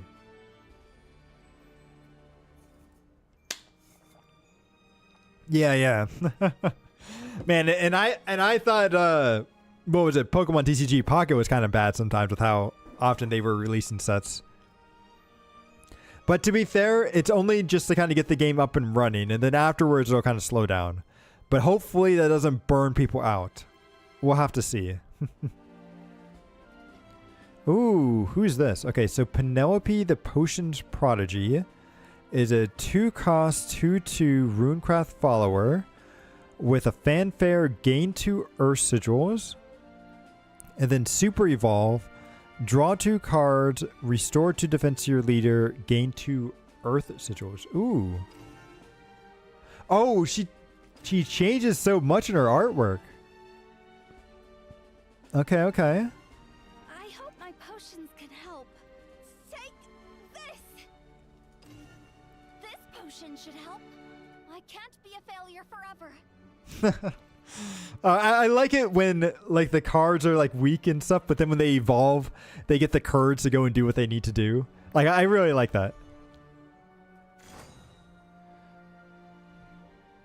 We've seen this guy, but we might have gotten his premium version before. Ooh. Premium goes hard on that one. Ooh. Okay, that's a new card. Demonic Call is a 7-cost Runecraft spell that on spell boost reduce the cost of this card by 1. And then summon a Demonic Shikigami. Oh, interesting. You can summon Shikigamis. Oh. I always thought it was just Kuon that could summon Shikigamis, but no, apparently other stuff can as well. That's very cool. Oh, we got the premium. Yeah, I like the fire with that. And then, okay. I couldn't remember if we saw the Evo for this one or not. But let's see. Last one. Oh, wait. Vols. I feel like this guy used to be in the game too. I think he had a thing of, like, he just dealt damage to a single follower, I think. So let's see. Vols the Silent Sniper. It's a 3-cost 2/1 Swordcraft follower. With fanfare, select an enemy follower in the field and deal 5 damage to it. Yep. So very similar. And then enhance, give this follower +2/+2 in ambush. Huh. For 6 though? I don't think that's worth it for 6. For 3, this is a very good, like, just deal 5 damage to something. And then also get a body out on the field. But for the enhance, I think is too much. And doesn't give you enough there.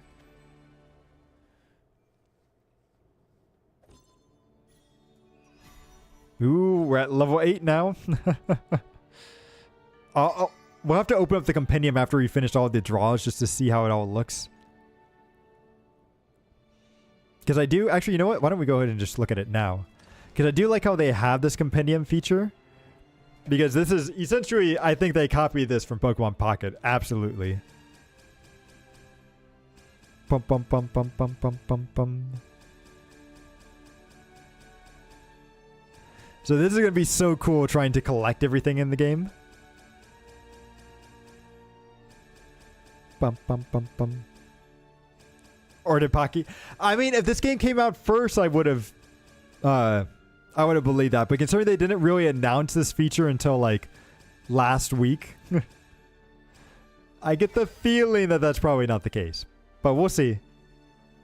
Ooh, 113 out of Ooh, we're getting close. Dude, it'll be so nice if I can collect everything.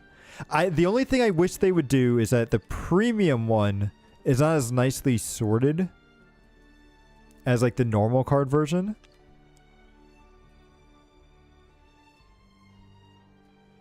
And then also I'm very curious to see how, like, when they added a new set here, how this layout is going to look. Like, if there'll be something I could just select. But still, this is very cool. I like that this is in the game. Okay, so back to pulling. Because we still got 4 more of this, and then we've got, 50 tickets to get through, and then 5 other stuff here. So quite a bit. Let's go. Ooh. 1 legendary right off the bat. Not bad, and a couple of golds.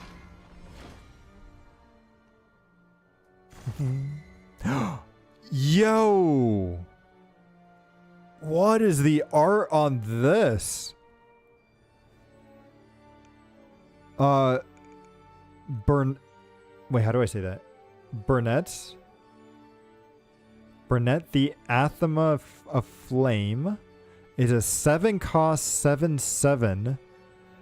Oh wait, this is a Dragoncraft follower? And she's an Anathema? What is this Anathema trait? What is that? So it's a 7-cost 7/7. Select a card in your hand and discard it. Oh, so she's with discard here. Deal X damage to all enemy followers where X is equal to the cost of the selected card. Okay. And then she, on Super Evolve, give your opponent a crest of this guy, which at the start of your turn, is it my turn or their turn? At the start of, I think it's at the start of the enemy's turn, deal 1 damage to their leader, and then once on each of your turns when your leader's defense is restored, deal 1 damage. Oh, that's so nice. It's just a slow eventual death. Oh, that's so cool. Dude, this art. Dude, the art on this card goes so hard. I guarantee you, this is a future leader in the works. This is a future leader in the works because this art is so cool. And the effect is really cool. And the fact that it has this unique Anathema trait to it. Dude, this is so cool. I think I'm changing my icon to this. But that is a cool card. Holy cow. And it's a Dragoncraft too. Which I love Dragoncraft. Dragon and Runecraft I think is what I'm going to be playing here.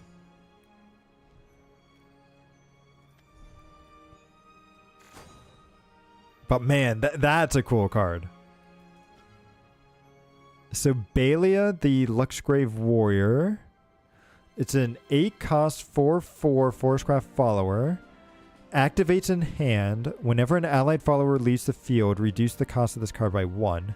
So it's essentially almost like Spell Boost.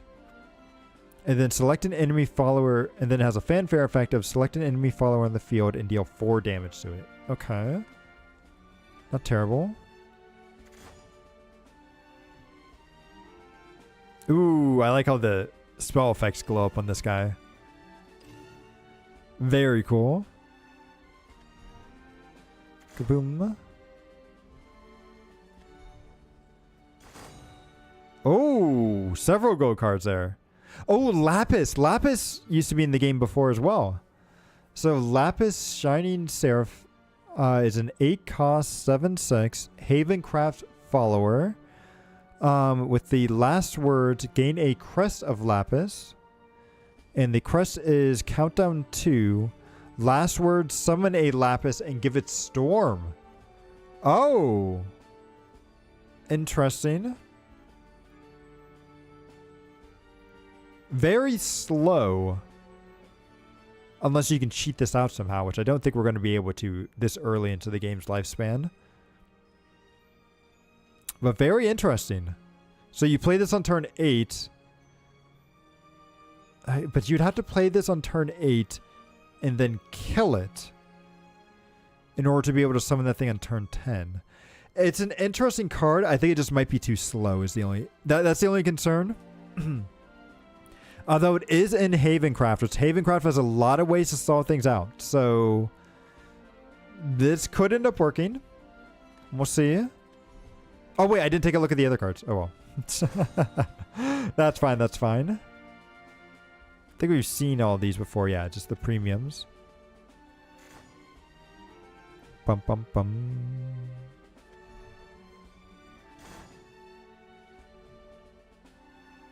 Okay, not bad. Feel like there's... Yep, nothing too crazy.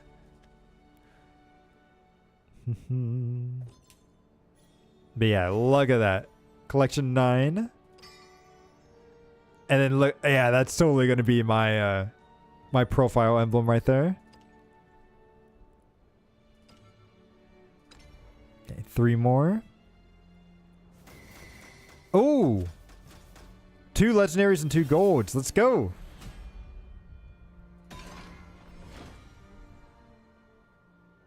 Okay, let's see what we get. Oh, okay. We got a repeat here. Of Salfa. Anything new here? Come on. Oh! Oh! We got 2! Nice! Oh, wait, they gave us Rose? Wait, this is the Grand Blue... This is Grand Blue Fantasies Rose, but they call her something different. Okay. So this is the Opulent Rose Queen. Is a 9-cost, 6/6 Forestcraft follower. With a fanfare, transform all Forestcraft followers in your hand that cost 1 or less into copies of Bramble Burst. And then also it has ward on it. What's Bramble Burst? Bramble Burst is a 1-cost Forestcraft spell that select an enemy follower on the field or the enemy leader and deal 3 damage to it. Ooh. So if you have a bunch of like fairies in your hand, you can turn them into burn spells. Okay. Interesting. I'll have to see the synergy there with other stuff, but not bad. Oh, and it's a premium version of it too. Look at that. Nice, nice. Ba-bum. Ba-bum. Nope. I think we're going to be... We now got into the stage where we've seen everything. It's now just getting to those rares and legendaries that we're missing. Ooh. Okay, we already got these two, but these are the premium version, which I like the water effect. Actually, it looked better far away, but...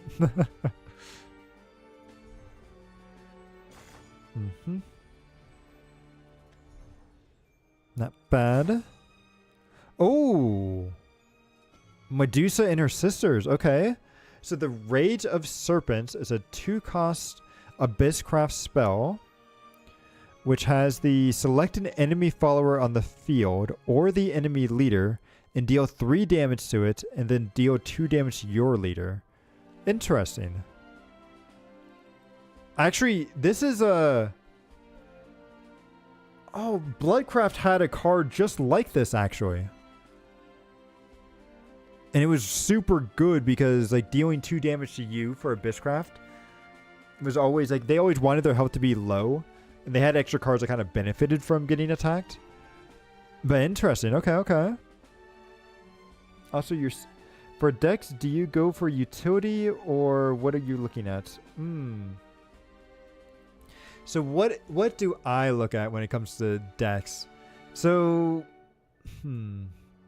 it depends. I think, honestly, I'm kind of basic, and I like just being able to summon out really big things and doing huge amounts of damage on, like, a single turn.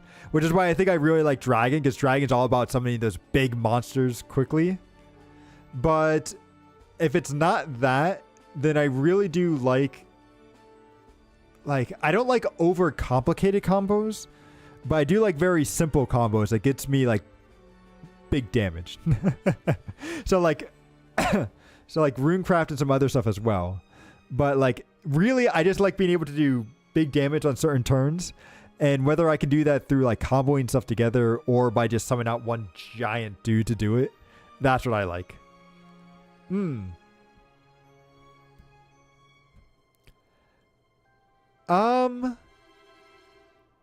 I don't know if I would say utility too much, because usually I'm like, yeah, it's whatever. So long as they don't kill me, I don't really need a lot of utility. So like that's all. As long as I can live to summon out my big thing, I'm good. But it's always hard to say, because you also have to go with the meta as well. So the Rose Queen. All right, last two here.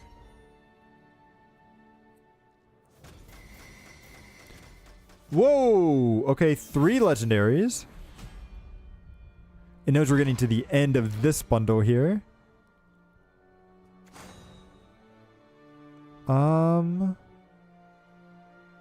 Did we look at this card? Ravano Darkhaven Ward is a 4-cost 1/3 Havencraft follower with Ambush. Interesting. Then on evolve, select an allied follower on the field and destroy it. Huh. That's a weird card for Havencraft. I don't know if that's any good or not. It's interesting though. Oh, okay, nice, nice. We got another one of this one. I'll take it. Because I really do want to run this card. This card looks so cool. And then, okay, just some premium versions. Oh! Oh, okay, it's not Daria, but it's her special spell. So Dimension Climb is an 18-cost runecraft spell. And this is kind of what I mean. It's like I kind of like this stuff with runecraft too. Where on spell boost, you reduce the cost of this card by 1. And then you return your hand to your deck, draw 5 cards, spell boost your hand 5 times, and then fully recover your play points.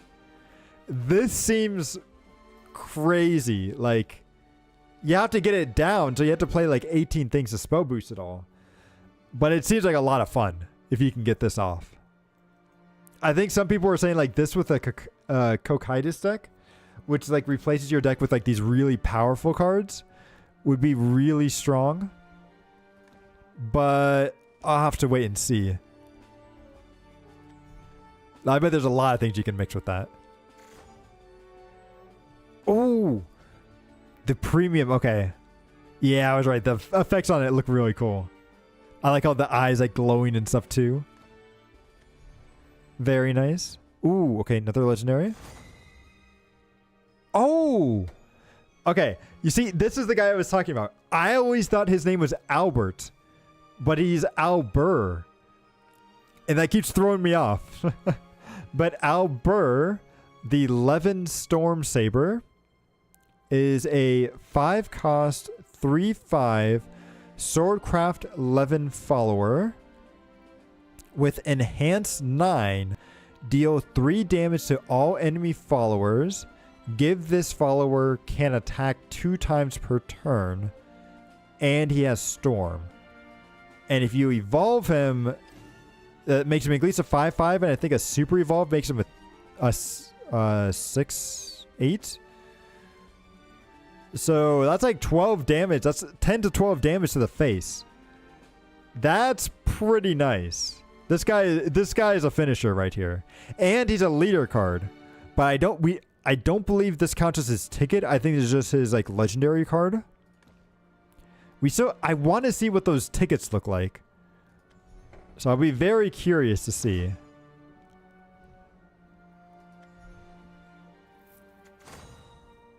But chances are we're probably not going to get lucky enough to get one of those.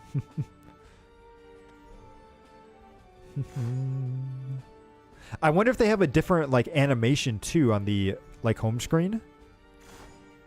Or not on the home screen, but when you go to open up the packs and stuff. Oh, wait, what's this? So Ceres, the Blue Rose Maiden. I feel like this card had a legendary version in the original Shadowverse, but much later on. So it's a 4-cost, 1/4 Abysscraft follower with Bane. At the end of your turn, restore 2 defense to your leader. And if this follower is super evolved, restore 4 defense instead and give this follower barrier. Oh. Interesting. I love the artwork. Look at that art. Yeah, no, this is definitely the legendary card that I ended up using a little bit. Oh, this... Okay, that's cool. I love seeing the nostalgia here on some of these cards. But nice. Look at that. Level 10. We got this stuff. Okay. Then we got one more here.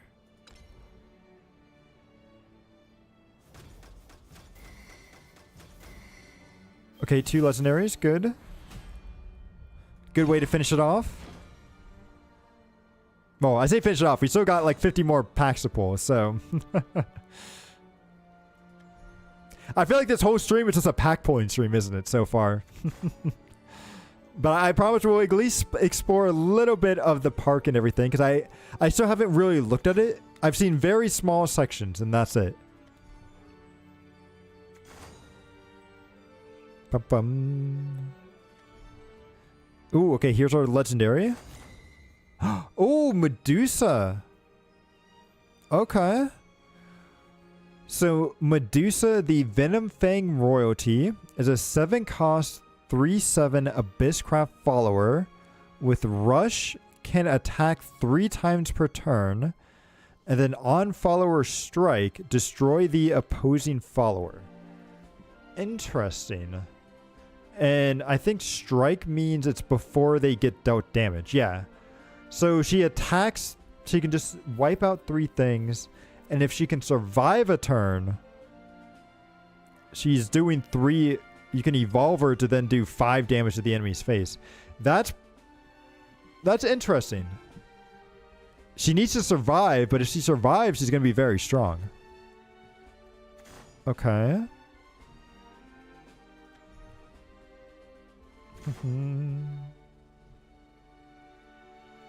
Alright, looks good. I think we should have one more legendary. Might be at the very end, though. Lapis. Then, yep, okay, here's our last one. Ooh! Wait, who's this? So this is... Rodeo? Anathema of Judgment. This anathema. Oh, does every... Oh. Oh, is anathema going to be a thing? Oh. I need to do the story. I need to do the story for Shadowverse because this anathema stuff might be leading to something. Because Dragoncraft had an anathema. Havencraft has an anathema. I wonder if all the classes have an anathema card for it. Ooh. You see, this was one of the things that I really loved about Shadowverse is that it had a story, and the story kind of told you where we would be going for each of the sets and everything. So it was really cool to like see it and play along with it. I felt behind with the story a lot, but it was still really cool to see. Okay, so anyway, he's a 7-cost, 5/5 Havencraft follower, Havencraft Anathema follower, with a fanfare. Select a card in your hand and discard it. Summon 3 randomly different named amulets from your deck that cost 3 or less. Okay. That's not bad. And then Super Evolve, destroy a random enemy follower with the highest attack. And deal 1 damage to all enemy followers after that. Okay. Not bad. It really depends on the amulets that they have in the game. But this guy looks very cool. Yeah, I'm not sure if I want to stream the story or just do it more in my downtime. I might do it more in my downtime just to enjoy it. But I'll see. I'll think about that some more. But nice. Okay. So we got everything from that special bundle thing going on. Yep, so we got all this stuff here. So now we still got about 50 tickets to get through and then 5 here. So let's see if we can't make this a little bit quicker. Boom. Oh. Okay, 3 legendaries. We'll take it.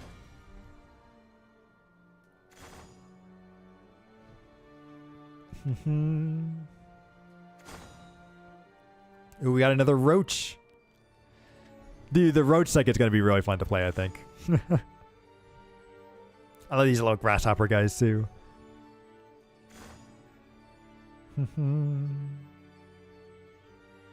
Okay, look. Ooh, okay, here's our legendary. Oh, okay, another Albert. They want me to play Swordcraft again, too. Although having multiple decks is never a bad thing either. Ooh, another legendary. Okay, we got another queen. Oh, okay, here's our 3rd legendary. Here he is, Ruler of Cocytus. This guy. Okay. I used to play with him a little bit too. Just when I first started the game, this guy had some very cool stuff. So, Ruler of Cocytus is a 10 cost, 10/10 neutral follower with the fanfare of replace your deck with an Apocalypse deck. And the Apocalypse deck gives you all of these really nice OP cards here, which this one is the Silent Rider. It's a 6 for a 10/10 with Storm. Super strong. Then you have Servant of Cocytus, which is a 1 cost 13/13. Interesting. I wish I had Ward, but just it's a 1 cost and it's 13/13. Crazy. Then you have Demon of Purgatory, 5 costs 9/6. Fanfare, select 2 enemy followers on the field and deal 6 damage to them and the enemy leader. Ooh, okay. Astaroth's Reckoning is a 10 cost card, which just sets the enemy's leader's maximum defense to 1. So essentially you're killing them next turn. Yeah, okay, so it only gives you these 4 cards. Interesting. And an Apocalypse deck gives you 10 cards of that. Okay. So you get 10 copies of these 4 cards to pretty much just defeat your opponent. Oh, that's going to be so fun to play, I think. I think that's what people were saying, like, would go really well with the dimension shift there. But I'll have to mess around and see if there's any others that might benefit super well from it. Ooh. Ruler of Cocytus. Boom.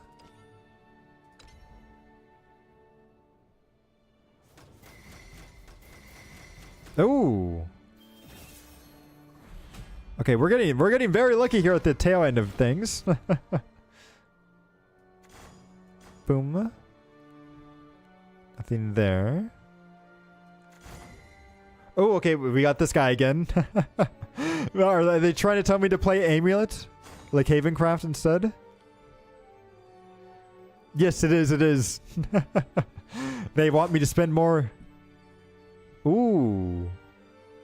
Wait, yeah, we did see Storm Rider, but that's the effect. What's this Unholy Vessel? Unholy Vessel is a 6 cost Havencraft's. Is it an amulet? I think it's an amulet. With an engage, destroy this card and all followers. Okay, so it's a board wipe.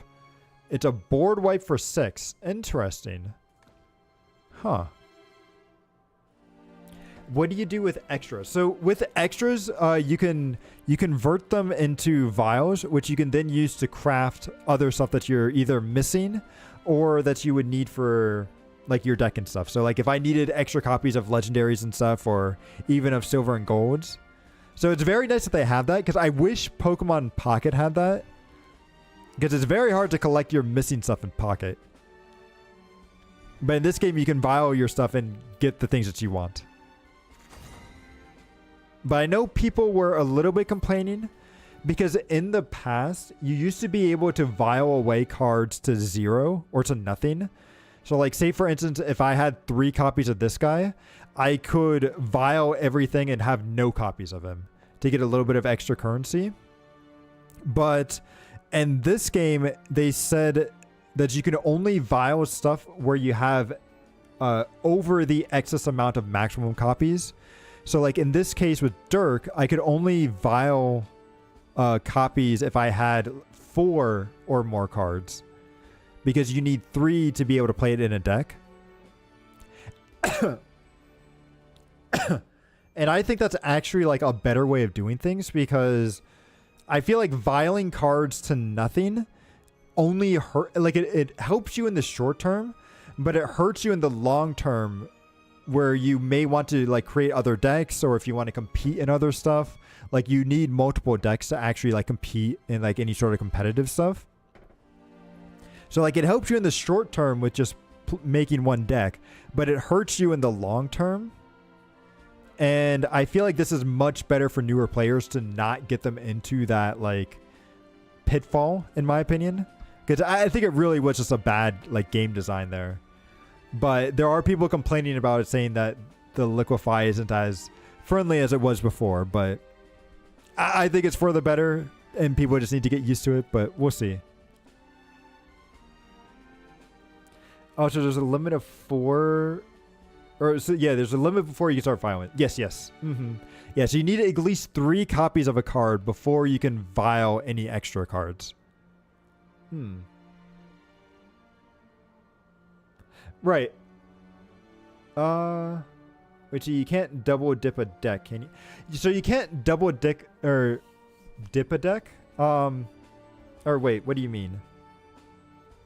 So you actually, are you saying like if I were to create 2 Runecraft decks?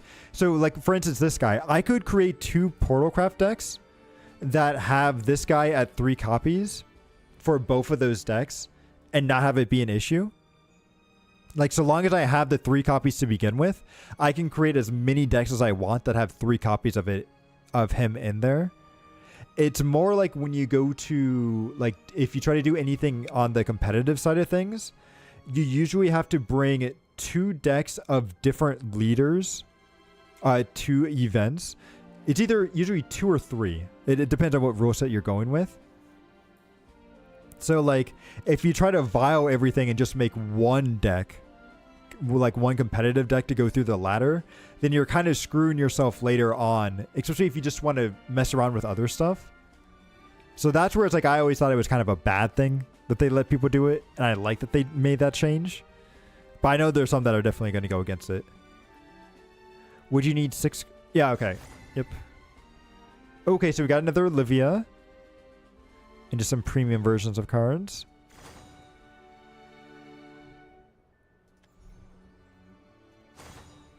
Ooh. Oh, wait. We saw the spell card of this one. I didn't realize it was also a follower as well. So, Li Feng, the Gold Note Ward. Excuse me.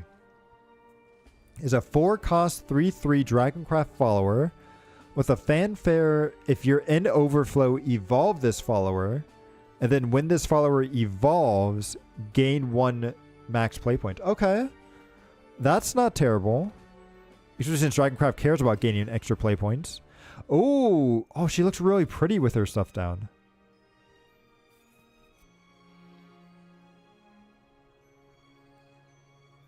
Wait, so you're thinking of leaders as commanders? You don't. And in a way, they sort of are, except like with commanders and Magic, you can summon them out onto the battlefield, right? Whereas like in Shadowverse, your leaders are just like a representation of you.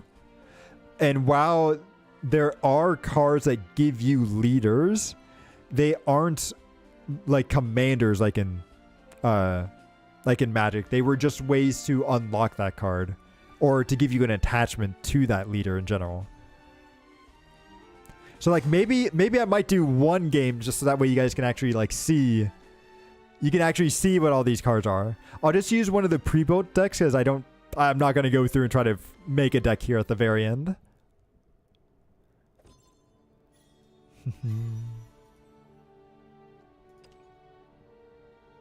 Because let's see, yeah. Let's try to get through at least the last 30 here and then the last 5 here. So let's try to speedrun these.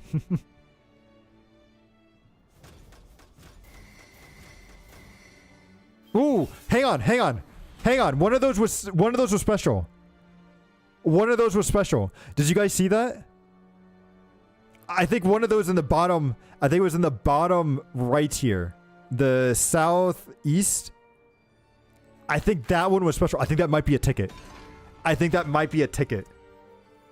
Because it was like silver. It wasn't rainbow. It was like this silver color.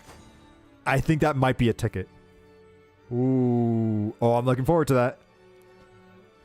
And then we have, okay, so Amelia Luxsteel Paladin, an 8-cost 6/6 Swordcraft follower with fanfare summon 4 copies of a Steel-clad Knight. And then whenever an allied follower enters the field, give it +1/+1, rush and ward. And Steel's a 2/2, isn't it? Ooh. Okay, Amelia seems pretty cool. Ba-bum. But let's see, I might actually end up getting a leader. I'm crossing my fingers. Okay, this is another gold. Ooh, okay, we got another caress.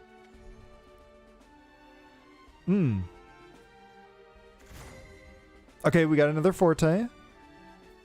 Oh, did we get a premium version of her before? And that's our first normal?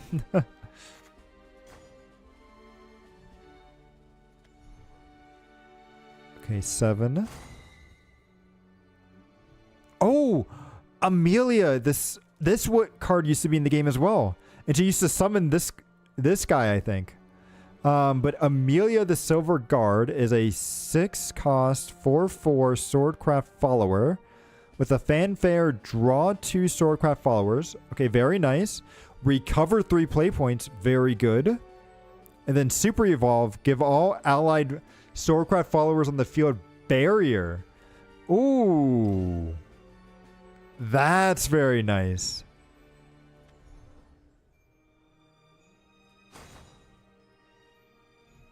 Oh, okay. Maybe I was on a little bit of copium then. No, I was just on copium. Okay, never mind. I was on copium. I didn't have a ticket. I was so hyped up. Okay, Alright, that's my fault. That's my fault there. But we did get some cool things. Yes. That's true.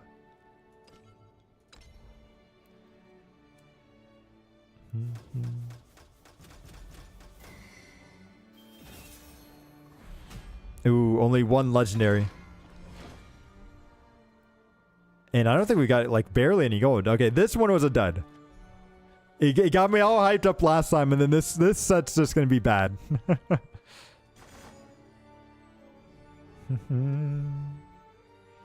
Let's just go through. Then here. Ba-bum. Ooh, okay, we got some gold cards at the very least. Ooh, and a premium card too. Actually, 2 premiums. I would like to be able to premium like all of the cards, because I feel like that's what I love doing, is just having a deck all of like those holographics and everything. Because that's what it was always like in real life too, right? You'd always want to get the holographic cards. Oh, a Roaches. So Roaches, the Newfound Heart. This is also a Grand Blue Fantasy character as well. But it's an 8-cost 5/5 Portalcraft follower with a fanfare of summon a Lloyd, which a Lloyd is a 1/6 puppet Portalcraft follower with ward, and your opponent can select any cards other than this one for abilities. Ooh. Interesting. And then whenever an allied puppetry follower enters the battlefield, give it Storm and Bane. Oh, so then Lloyd over here would end up getting Storm and Bane as well. And then Super Evolve, summon 2 enhanced puppets. Okay. Not bad. That's actually a pretty nice card.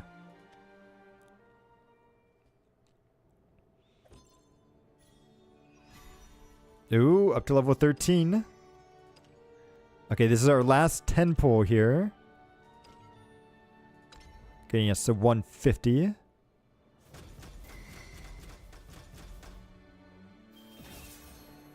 Okay, nothing. Bum bum. We get at least 1 legendary. Some good gold. Here's our legendary. Man, this guy just loves showing up. I think we have 3 copies of him now. I think we have 3 copies of this rodeo guy. Okay, okay. I swear the game wants me to play Amulet Havencraft.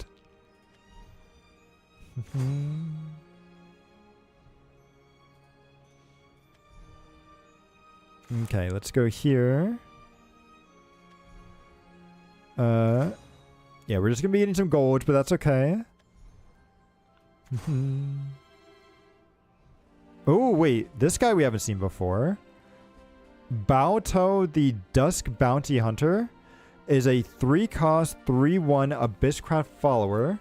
With the fanfare, gain a crest of this guy, which the crest is a countdown 4. At the end of your turn, deal 1 damage to both leaders. Interesting. Okay. If Wrath is in the game, he would be very good. Huh. Okay, so we don't have any... Well, we have 1 ticket, but I'll kind of save that for later. So then we have 5 legendaries. So each of these should give us 1 legendary.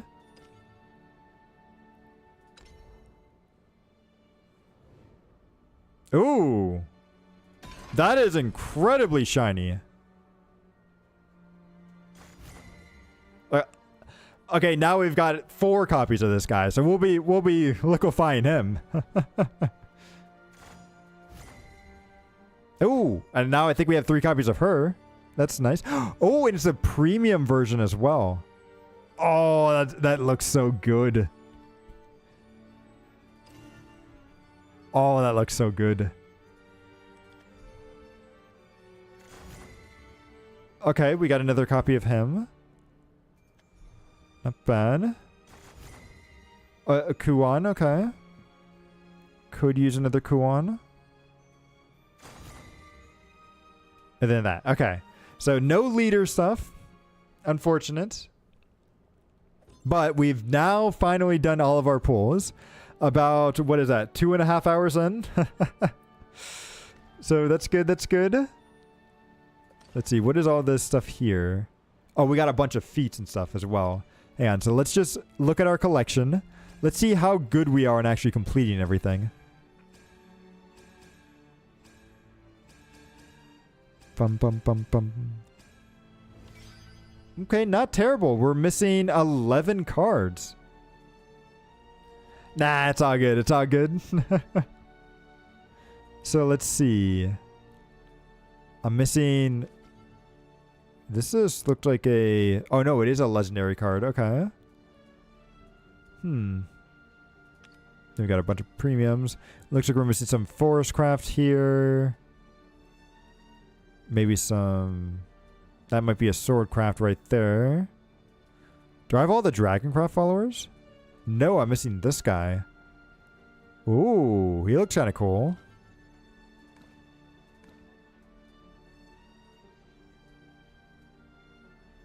Interesting. So we did pretty... Wait. Is this guy back in the game too? Oh, this guy was so good before. Deal 7 damage to all enemies. Deal 5 damage to... Yeah, okay. Yeah, this guy is pretty cool. Okay, so let's go... Oh, look, and he's on the loading screen too. And then apparently we also got a bunch of feats. Is this just for pulling stuff or for my collection? Yeah, we got a bunch of gold and everything too. Nice. Oh, that's cool. And you got a card style. You got some card sleeves, some card style. Nice. That's actually pretty cool. Okay, but let's go to the park real quick. And I'll show you guys an actual match. So that way you guys can see what's kind of going on here. Oh, look at that. Somebody got their Cerberus. So let's see. For events, I know there was this. Okay, but I've already cleared it. But why don't we just go ahead and try to do a match anyway? So we don't want to do a ranked match. We'll just do a lobby match here. Best of one. So I love how I'm just waiting around for somebody else to join.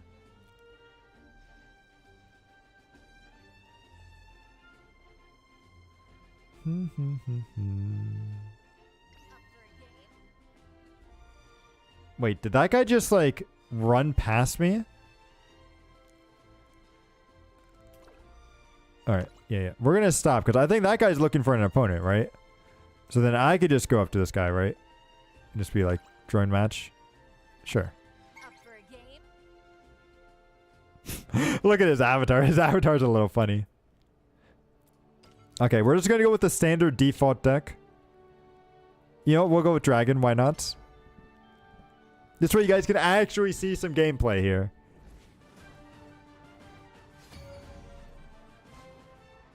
Ooh, the load time was super quick there. Oh, and we're going second. I haven't really messed with second before. So these... Ooh.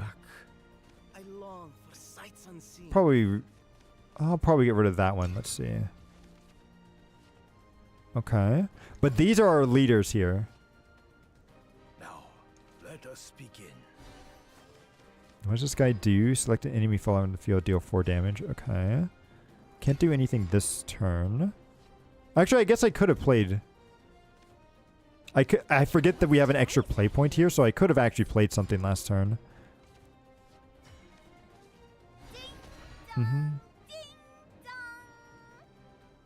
Next turn, I might just summon this guy out just for the heck of it. Let's play a game. Let's play a game. Let's play a game. Okay, okay. Chillax, buddy. I'll always watch over you. I see.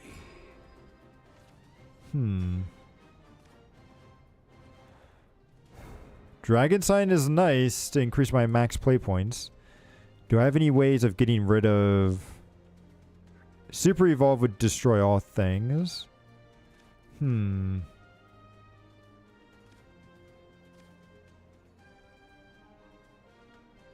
Refreshes in 3 turns. You know what? I'll play that because I want to test this out and we'll go with this. Because now he's got to get through this nice ward here.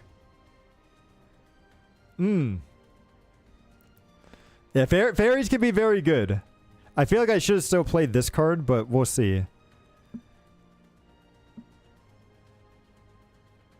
Yeah, because increasing my max play points is the most important thing. Same time tomorrow? Ooh.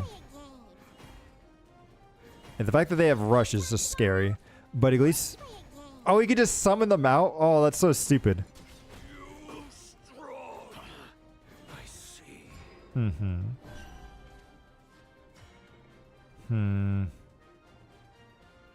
Yeah, I think I played the... Definitely playing him was not the best of things there. When I can super evolve in 2. I need to survive to 2, which we're not in that big of a danger. So I'll play that.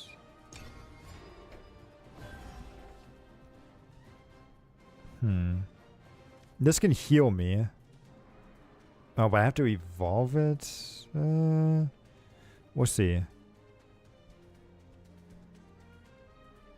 I mean, okay, we have this guy to fanfare. I should just do this to try to get rid of some of these out here.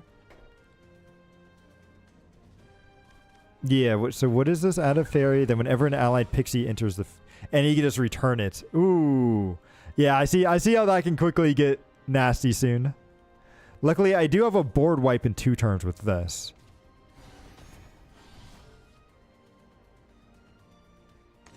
Nice. So if I can survive for the next couple of turns, then I'm good. You have a taste for property destruction. Which I think I can. Oh, I don't like how that's part of the base deck there. But I can do... Can do this to heal a little bit. So I'll play this card here Sound of light. Too slow. to evolve. Hear now the ballad maestro. Boom. Water under the bridge. And then we could do that there. Same time tomorrow? Yep. And then that should be good. And then next turn I could just board wipe them if they summon out a bunch of stuff. We're a little low at 13, but I don't know if he can kill me right away. Let's see.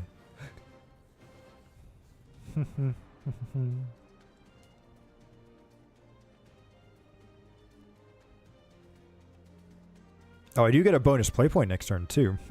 I don't really have anything major to play it on, though.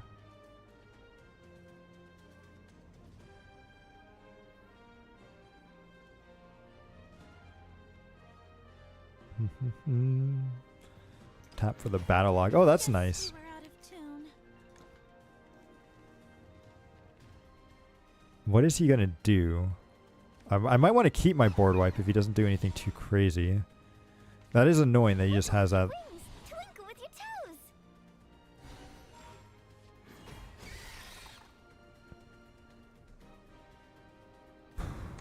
Don't look away. Ooh. Yeah, I think he's probably got this. I see.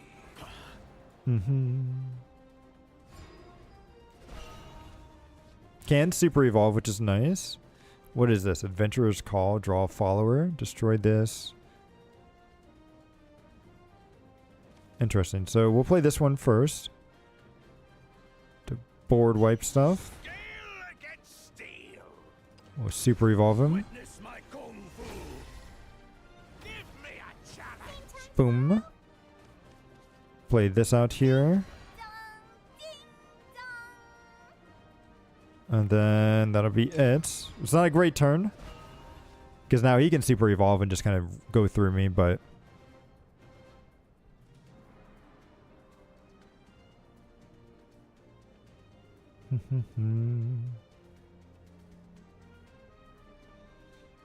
But you know, with a default deck, I'll take it. I'll take it. Awaken. But really, I just kind of wanted to show you guys at least one match. And then I'll have to come up with my own decks, and then maybe later in the week I'll try to come up with a... Or I'll show like what I've actually created to play with. Watch the palace sparkle. Ooh, of course. Of course you have a Lily. Lily's annoying. She's also a Grand Blue character as well, but Cleansed. she's always super annoying to play against. Deals 4 damage. I don't know if I like that.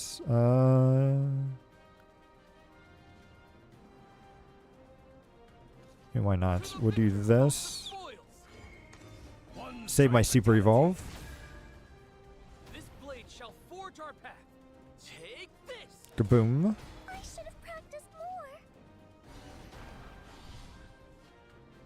Oh, what is this? Summon a vast winged dragon with intimidate. Okay. Destroy this card. Select an allied. We don't need that right now.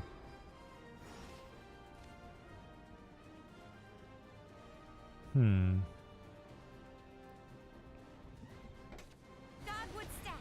Awaken. What does this thing do? You're in the splash zone, pal. Destroy this card. Select a follower.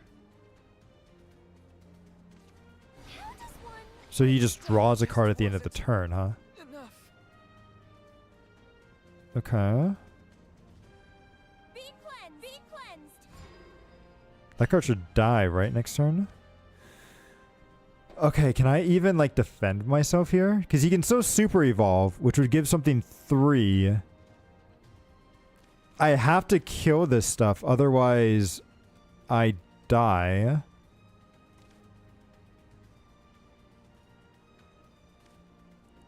Add a fairy to his hand. Ugh.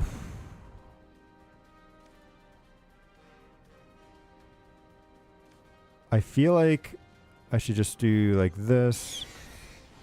Fun's not over yet. We're going to go a little bit defensive here. I need an adult. Strong. Mm-hmm. Then we'll end it. Because I at least needed a little bit of defense. I feel like I am just like... I'm barely surviving. Let's play a game. Because I'm surprised he doesn't have enough to like combo me to death right here. But he might have messed up somewhere. Or he just doesn't have his finisher right now.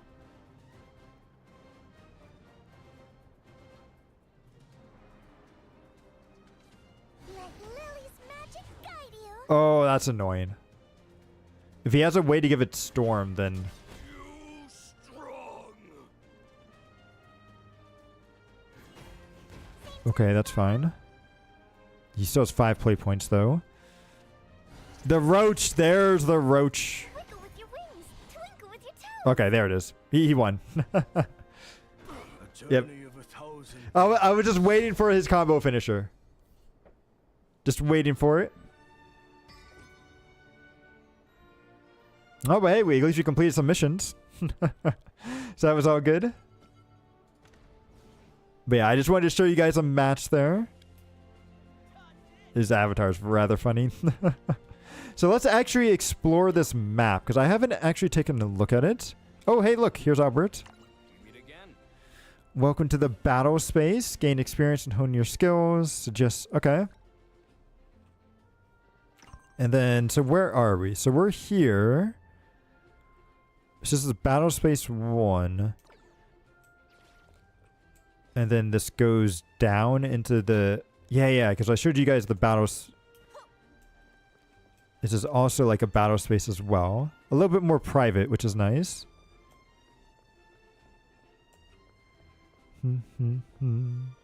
I love that they have this avatars here that we can just go and actually see people. Can I actually... Oh, you can just spectate. I can actually just spectate random people? Oh, that's actually pretty cool. And if I go ready...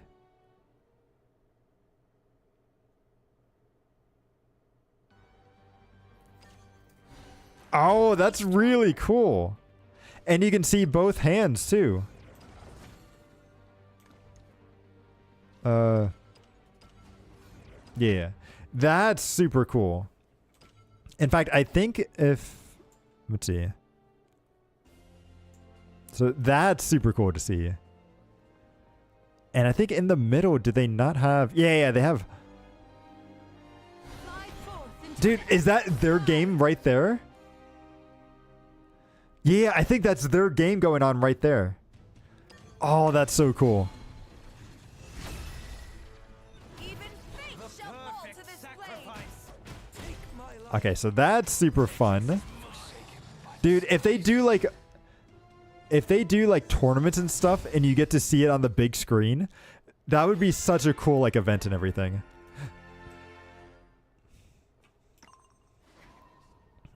Okay, so we have that. We're right here. Let's take a look at these two areas. The Sky Gardens. Ooh, wait. Is this a jumping puzzle over here? Do I get anything for jumping all the way up onto this? What? Boom.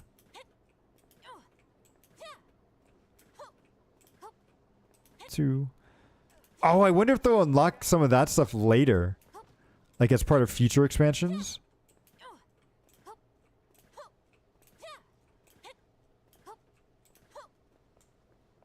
Okay. Ah, they didn't have anything up here. Ah, that's alright. That's alright. But it was very cool that we could jump up there.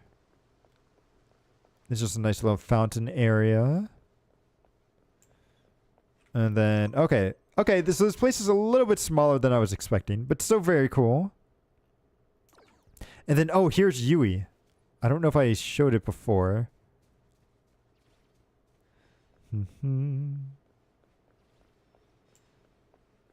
Yeah, she's over here. And then let me see. I haven't really opened up any of this chest because I think we have 7 tickets. Although first, it looks like I finished some quests. F3. Oh, we got this one. Okay. So actually doing that match was actually a good thing. And then bingo. Ooh, I need to take some photos with friends. I'll take it. Okay, so let's do 8. I don't know what... Wait, what? Okay, yeah, open up 8. What kind of rewards did we get from this? Oh, you can just get... You can get gold from this? Oh, that's actually really nice. And a legendary card? Oh, dude, that chest is OP. I think people are underestimating your gold value then. Okay. I like how you get these heals too. But nice, that's actually pretty cool. So those keys are actually super important. And then... Is there anything else here? I don't think there's anything here. So why don't we go ahead and take a look at my room real quick. Which was not much that you can really customize in the room. But I did hang up all my posters and stuff. Which are the leaders that I got from the last game. And it should rotate, yeah. So it's like, I can only show 10 at most, but it's very cool that it'll just cycle through them. And then TV's playing there, which this one is nice because right now it's just playing the trailer. But I like how I can go to the guild instead.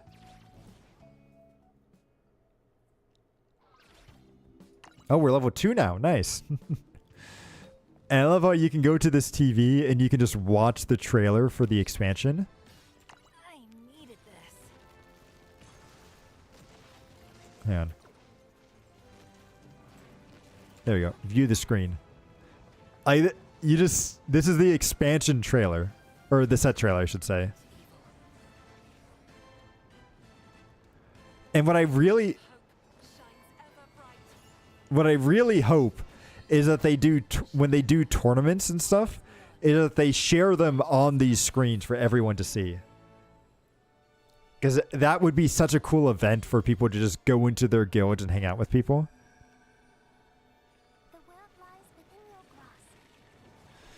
Yeah, it's like, it would just be so cool. Won't you take my hand? Yeah, Shadowverse. Does it only repeat that one thing? I know in the lobby, in the lobby, she does do like some other stuff. Or they do play other movies, but I think it might just be this. Yeah, it's only this one.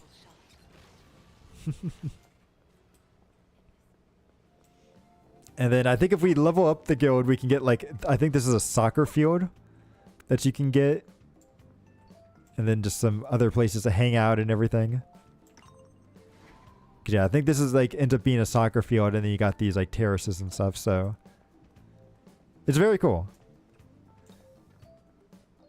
They've done a lot of stuff and I'm gonna have a blast, I think, just going through and messing around with everything. Let's see, what did we... Oh, right, we got new shoes. Oh, those aren't bad. The feet look a little wrong. Like, maybe a little flat there. Because I feel like your feet would have a little bit more of a hump this way. But that's just me and my... you know, messing around with some 3D models and stuff. And then, oh yeah, I wanted to show you guys the... So over here, I could turn into Dryzen over here.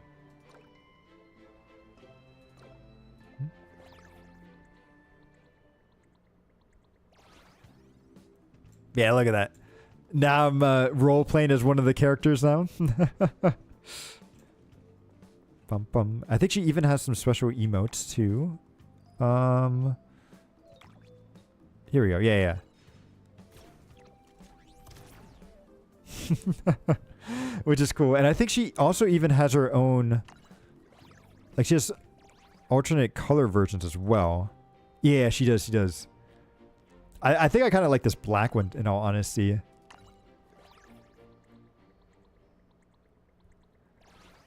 Like, this one looks very cool. But it's like I got this one from just buying one of the crystal bundles on the website itself.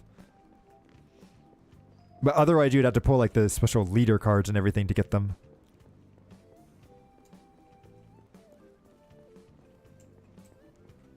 But yeah, I'm having a blast with this game so far. Okay, let's see. Avatar, let's go back to our normal self here. And hopefully I didn't mess it up. I didn't. Good, good. Bum, bum. What changes did I make? I don't think I made any changes, did I?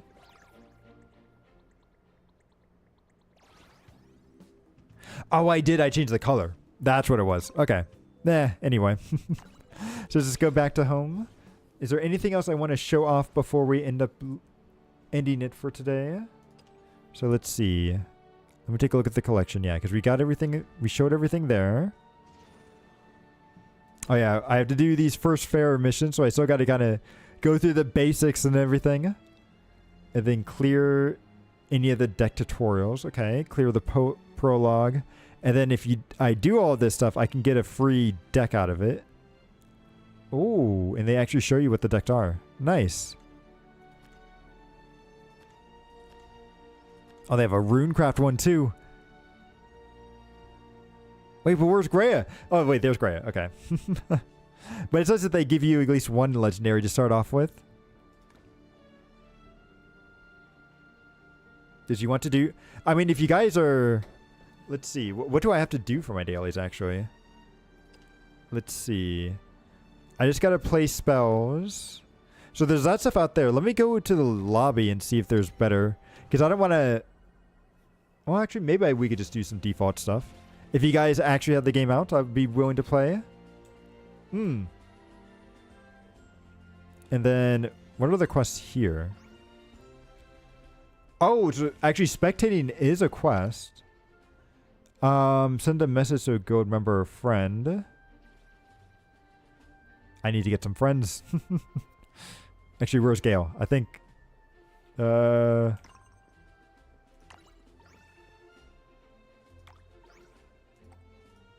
You. Hello. Just trying to complete the quest there. So that should count towards that, right? There we go. Okay, so we need... Complete 10 matches at a table without players quitting. Okay, so we'll get that over time. Complete 5 matches with a friend or guild member. Okay. I need to get some people online. Maybe over the weekend I'll try to do that. Snap a photo with your... Yeah, it's like, what's all this stuff with getting friends and everything? So, there's that. And then we have this one. Ooh, they have weekly quests as well. So, battle a friend. Okay. Complete 5 tables of... or ranked matches in the park. Okay, we've gotten that. Enter Shadowverse Park for 3 days. Okay. Spectate 5 matches or complete a knockout match? What's a knockout match? Is that a unique thing? A knockout?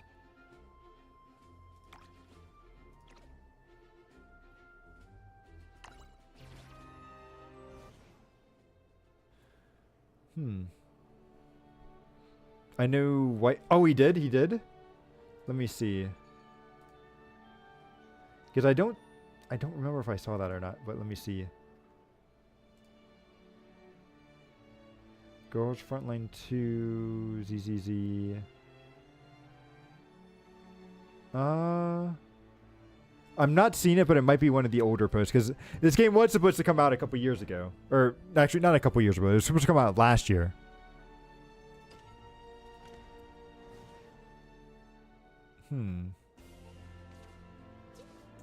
But interesting. So this is the knockout here. So this is where you can... I wonder if you can, like, queue up or something for this. Tough luck. Never forgive. Oh, okay. That's what was going on up there. It's... Okay. I was like, where's the audio coming from?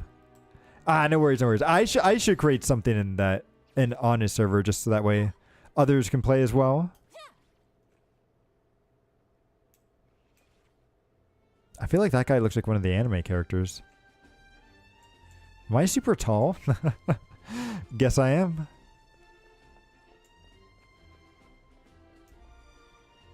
But let's see. I like how you can see the matches sometimes above. That's actually really cool.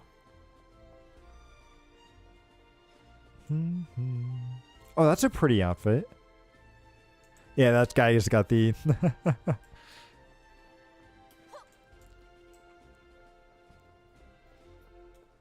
But nice. So yeah, I think that's where I'll probably end it for today. We did a lot of card pack openings. In fact, I think this whole entire stream was pretty much just card pack openings. But I'm looking forward. I now have a good collection. In fact, let's see actually if I go to cards, how many cards can I liquefy now? Auto liquefy extra cards. We got 2 extra legendaries, okay. 2 golden card or 10 goldens, a bunch of silver, a bunch of bronze, okay.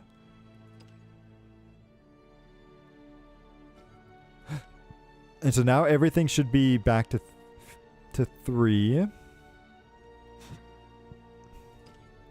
If I were to go manually, is there anything that I can actually manual? Interesting. So you can get rid of your non-basic ones to only have this one in here. Okay. But you need to have 3 in total. And oh, that's actually really cool. So if I really just wanted to keep the holographic ones, then that's fine.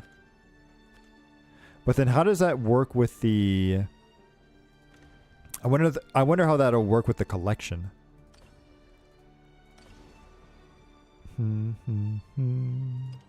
So if I go to collection over here, yeah, I'll have to see because it doesn't show you the holographic ones unless you go to premium.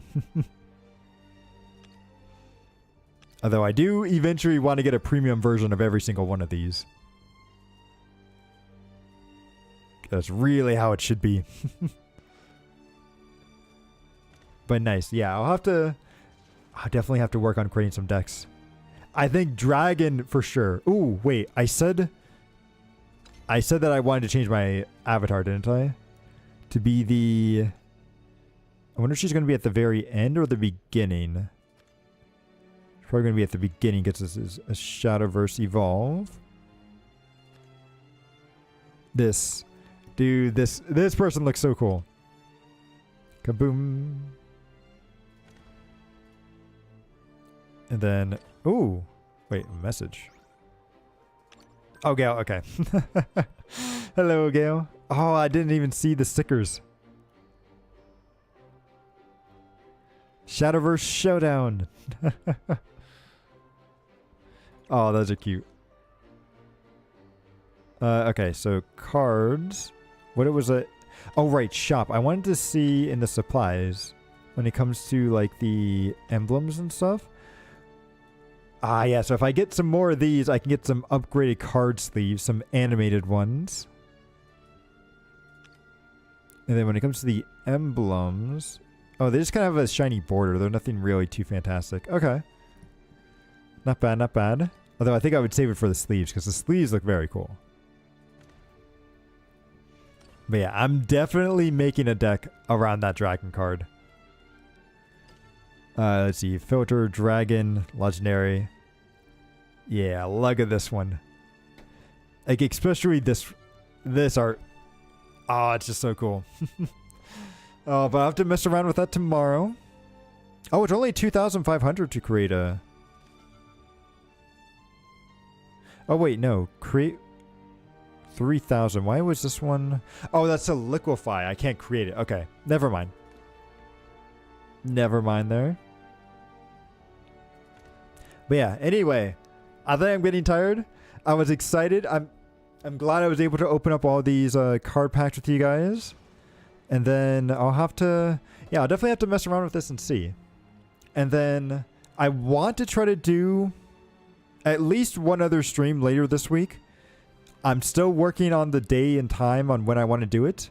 So I'll keep you guys updated on when that is. But in the meantime, I'll head off for now. So thanks again, everybody, for stopping by. and I hope to see y'all again in the sequel. Later.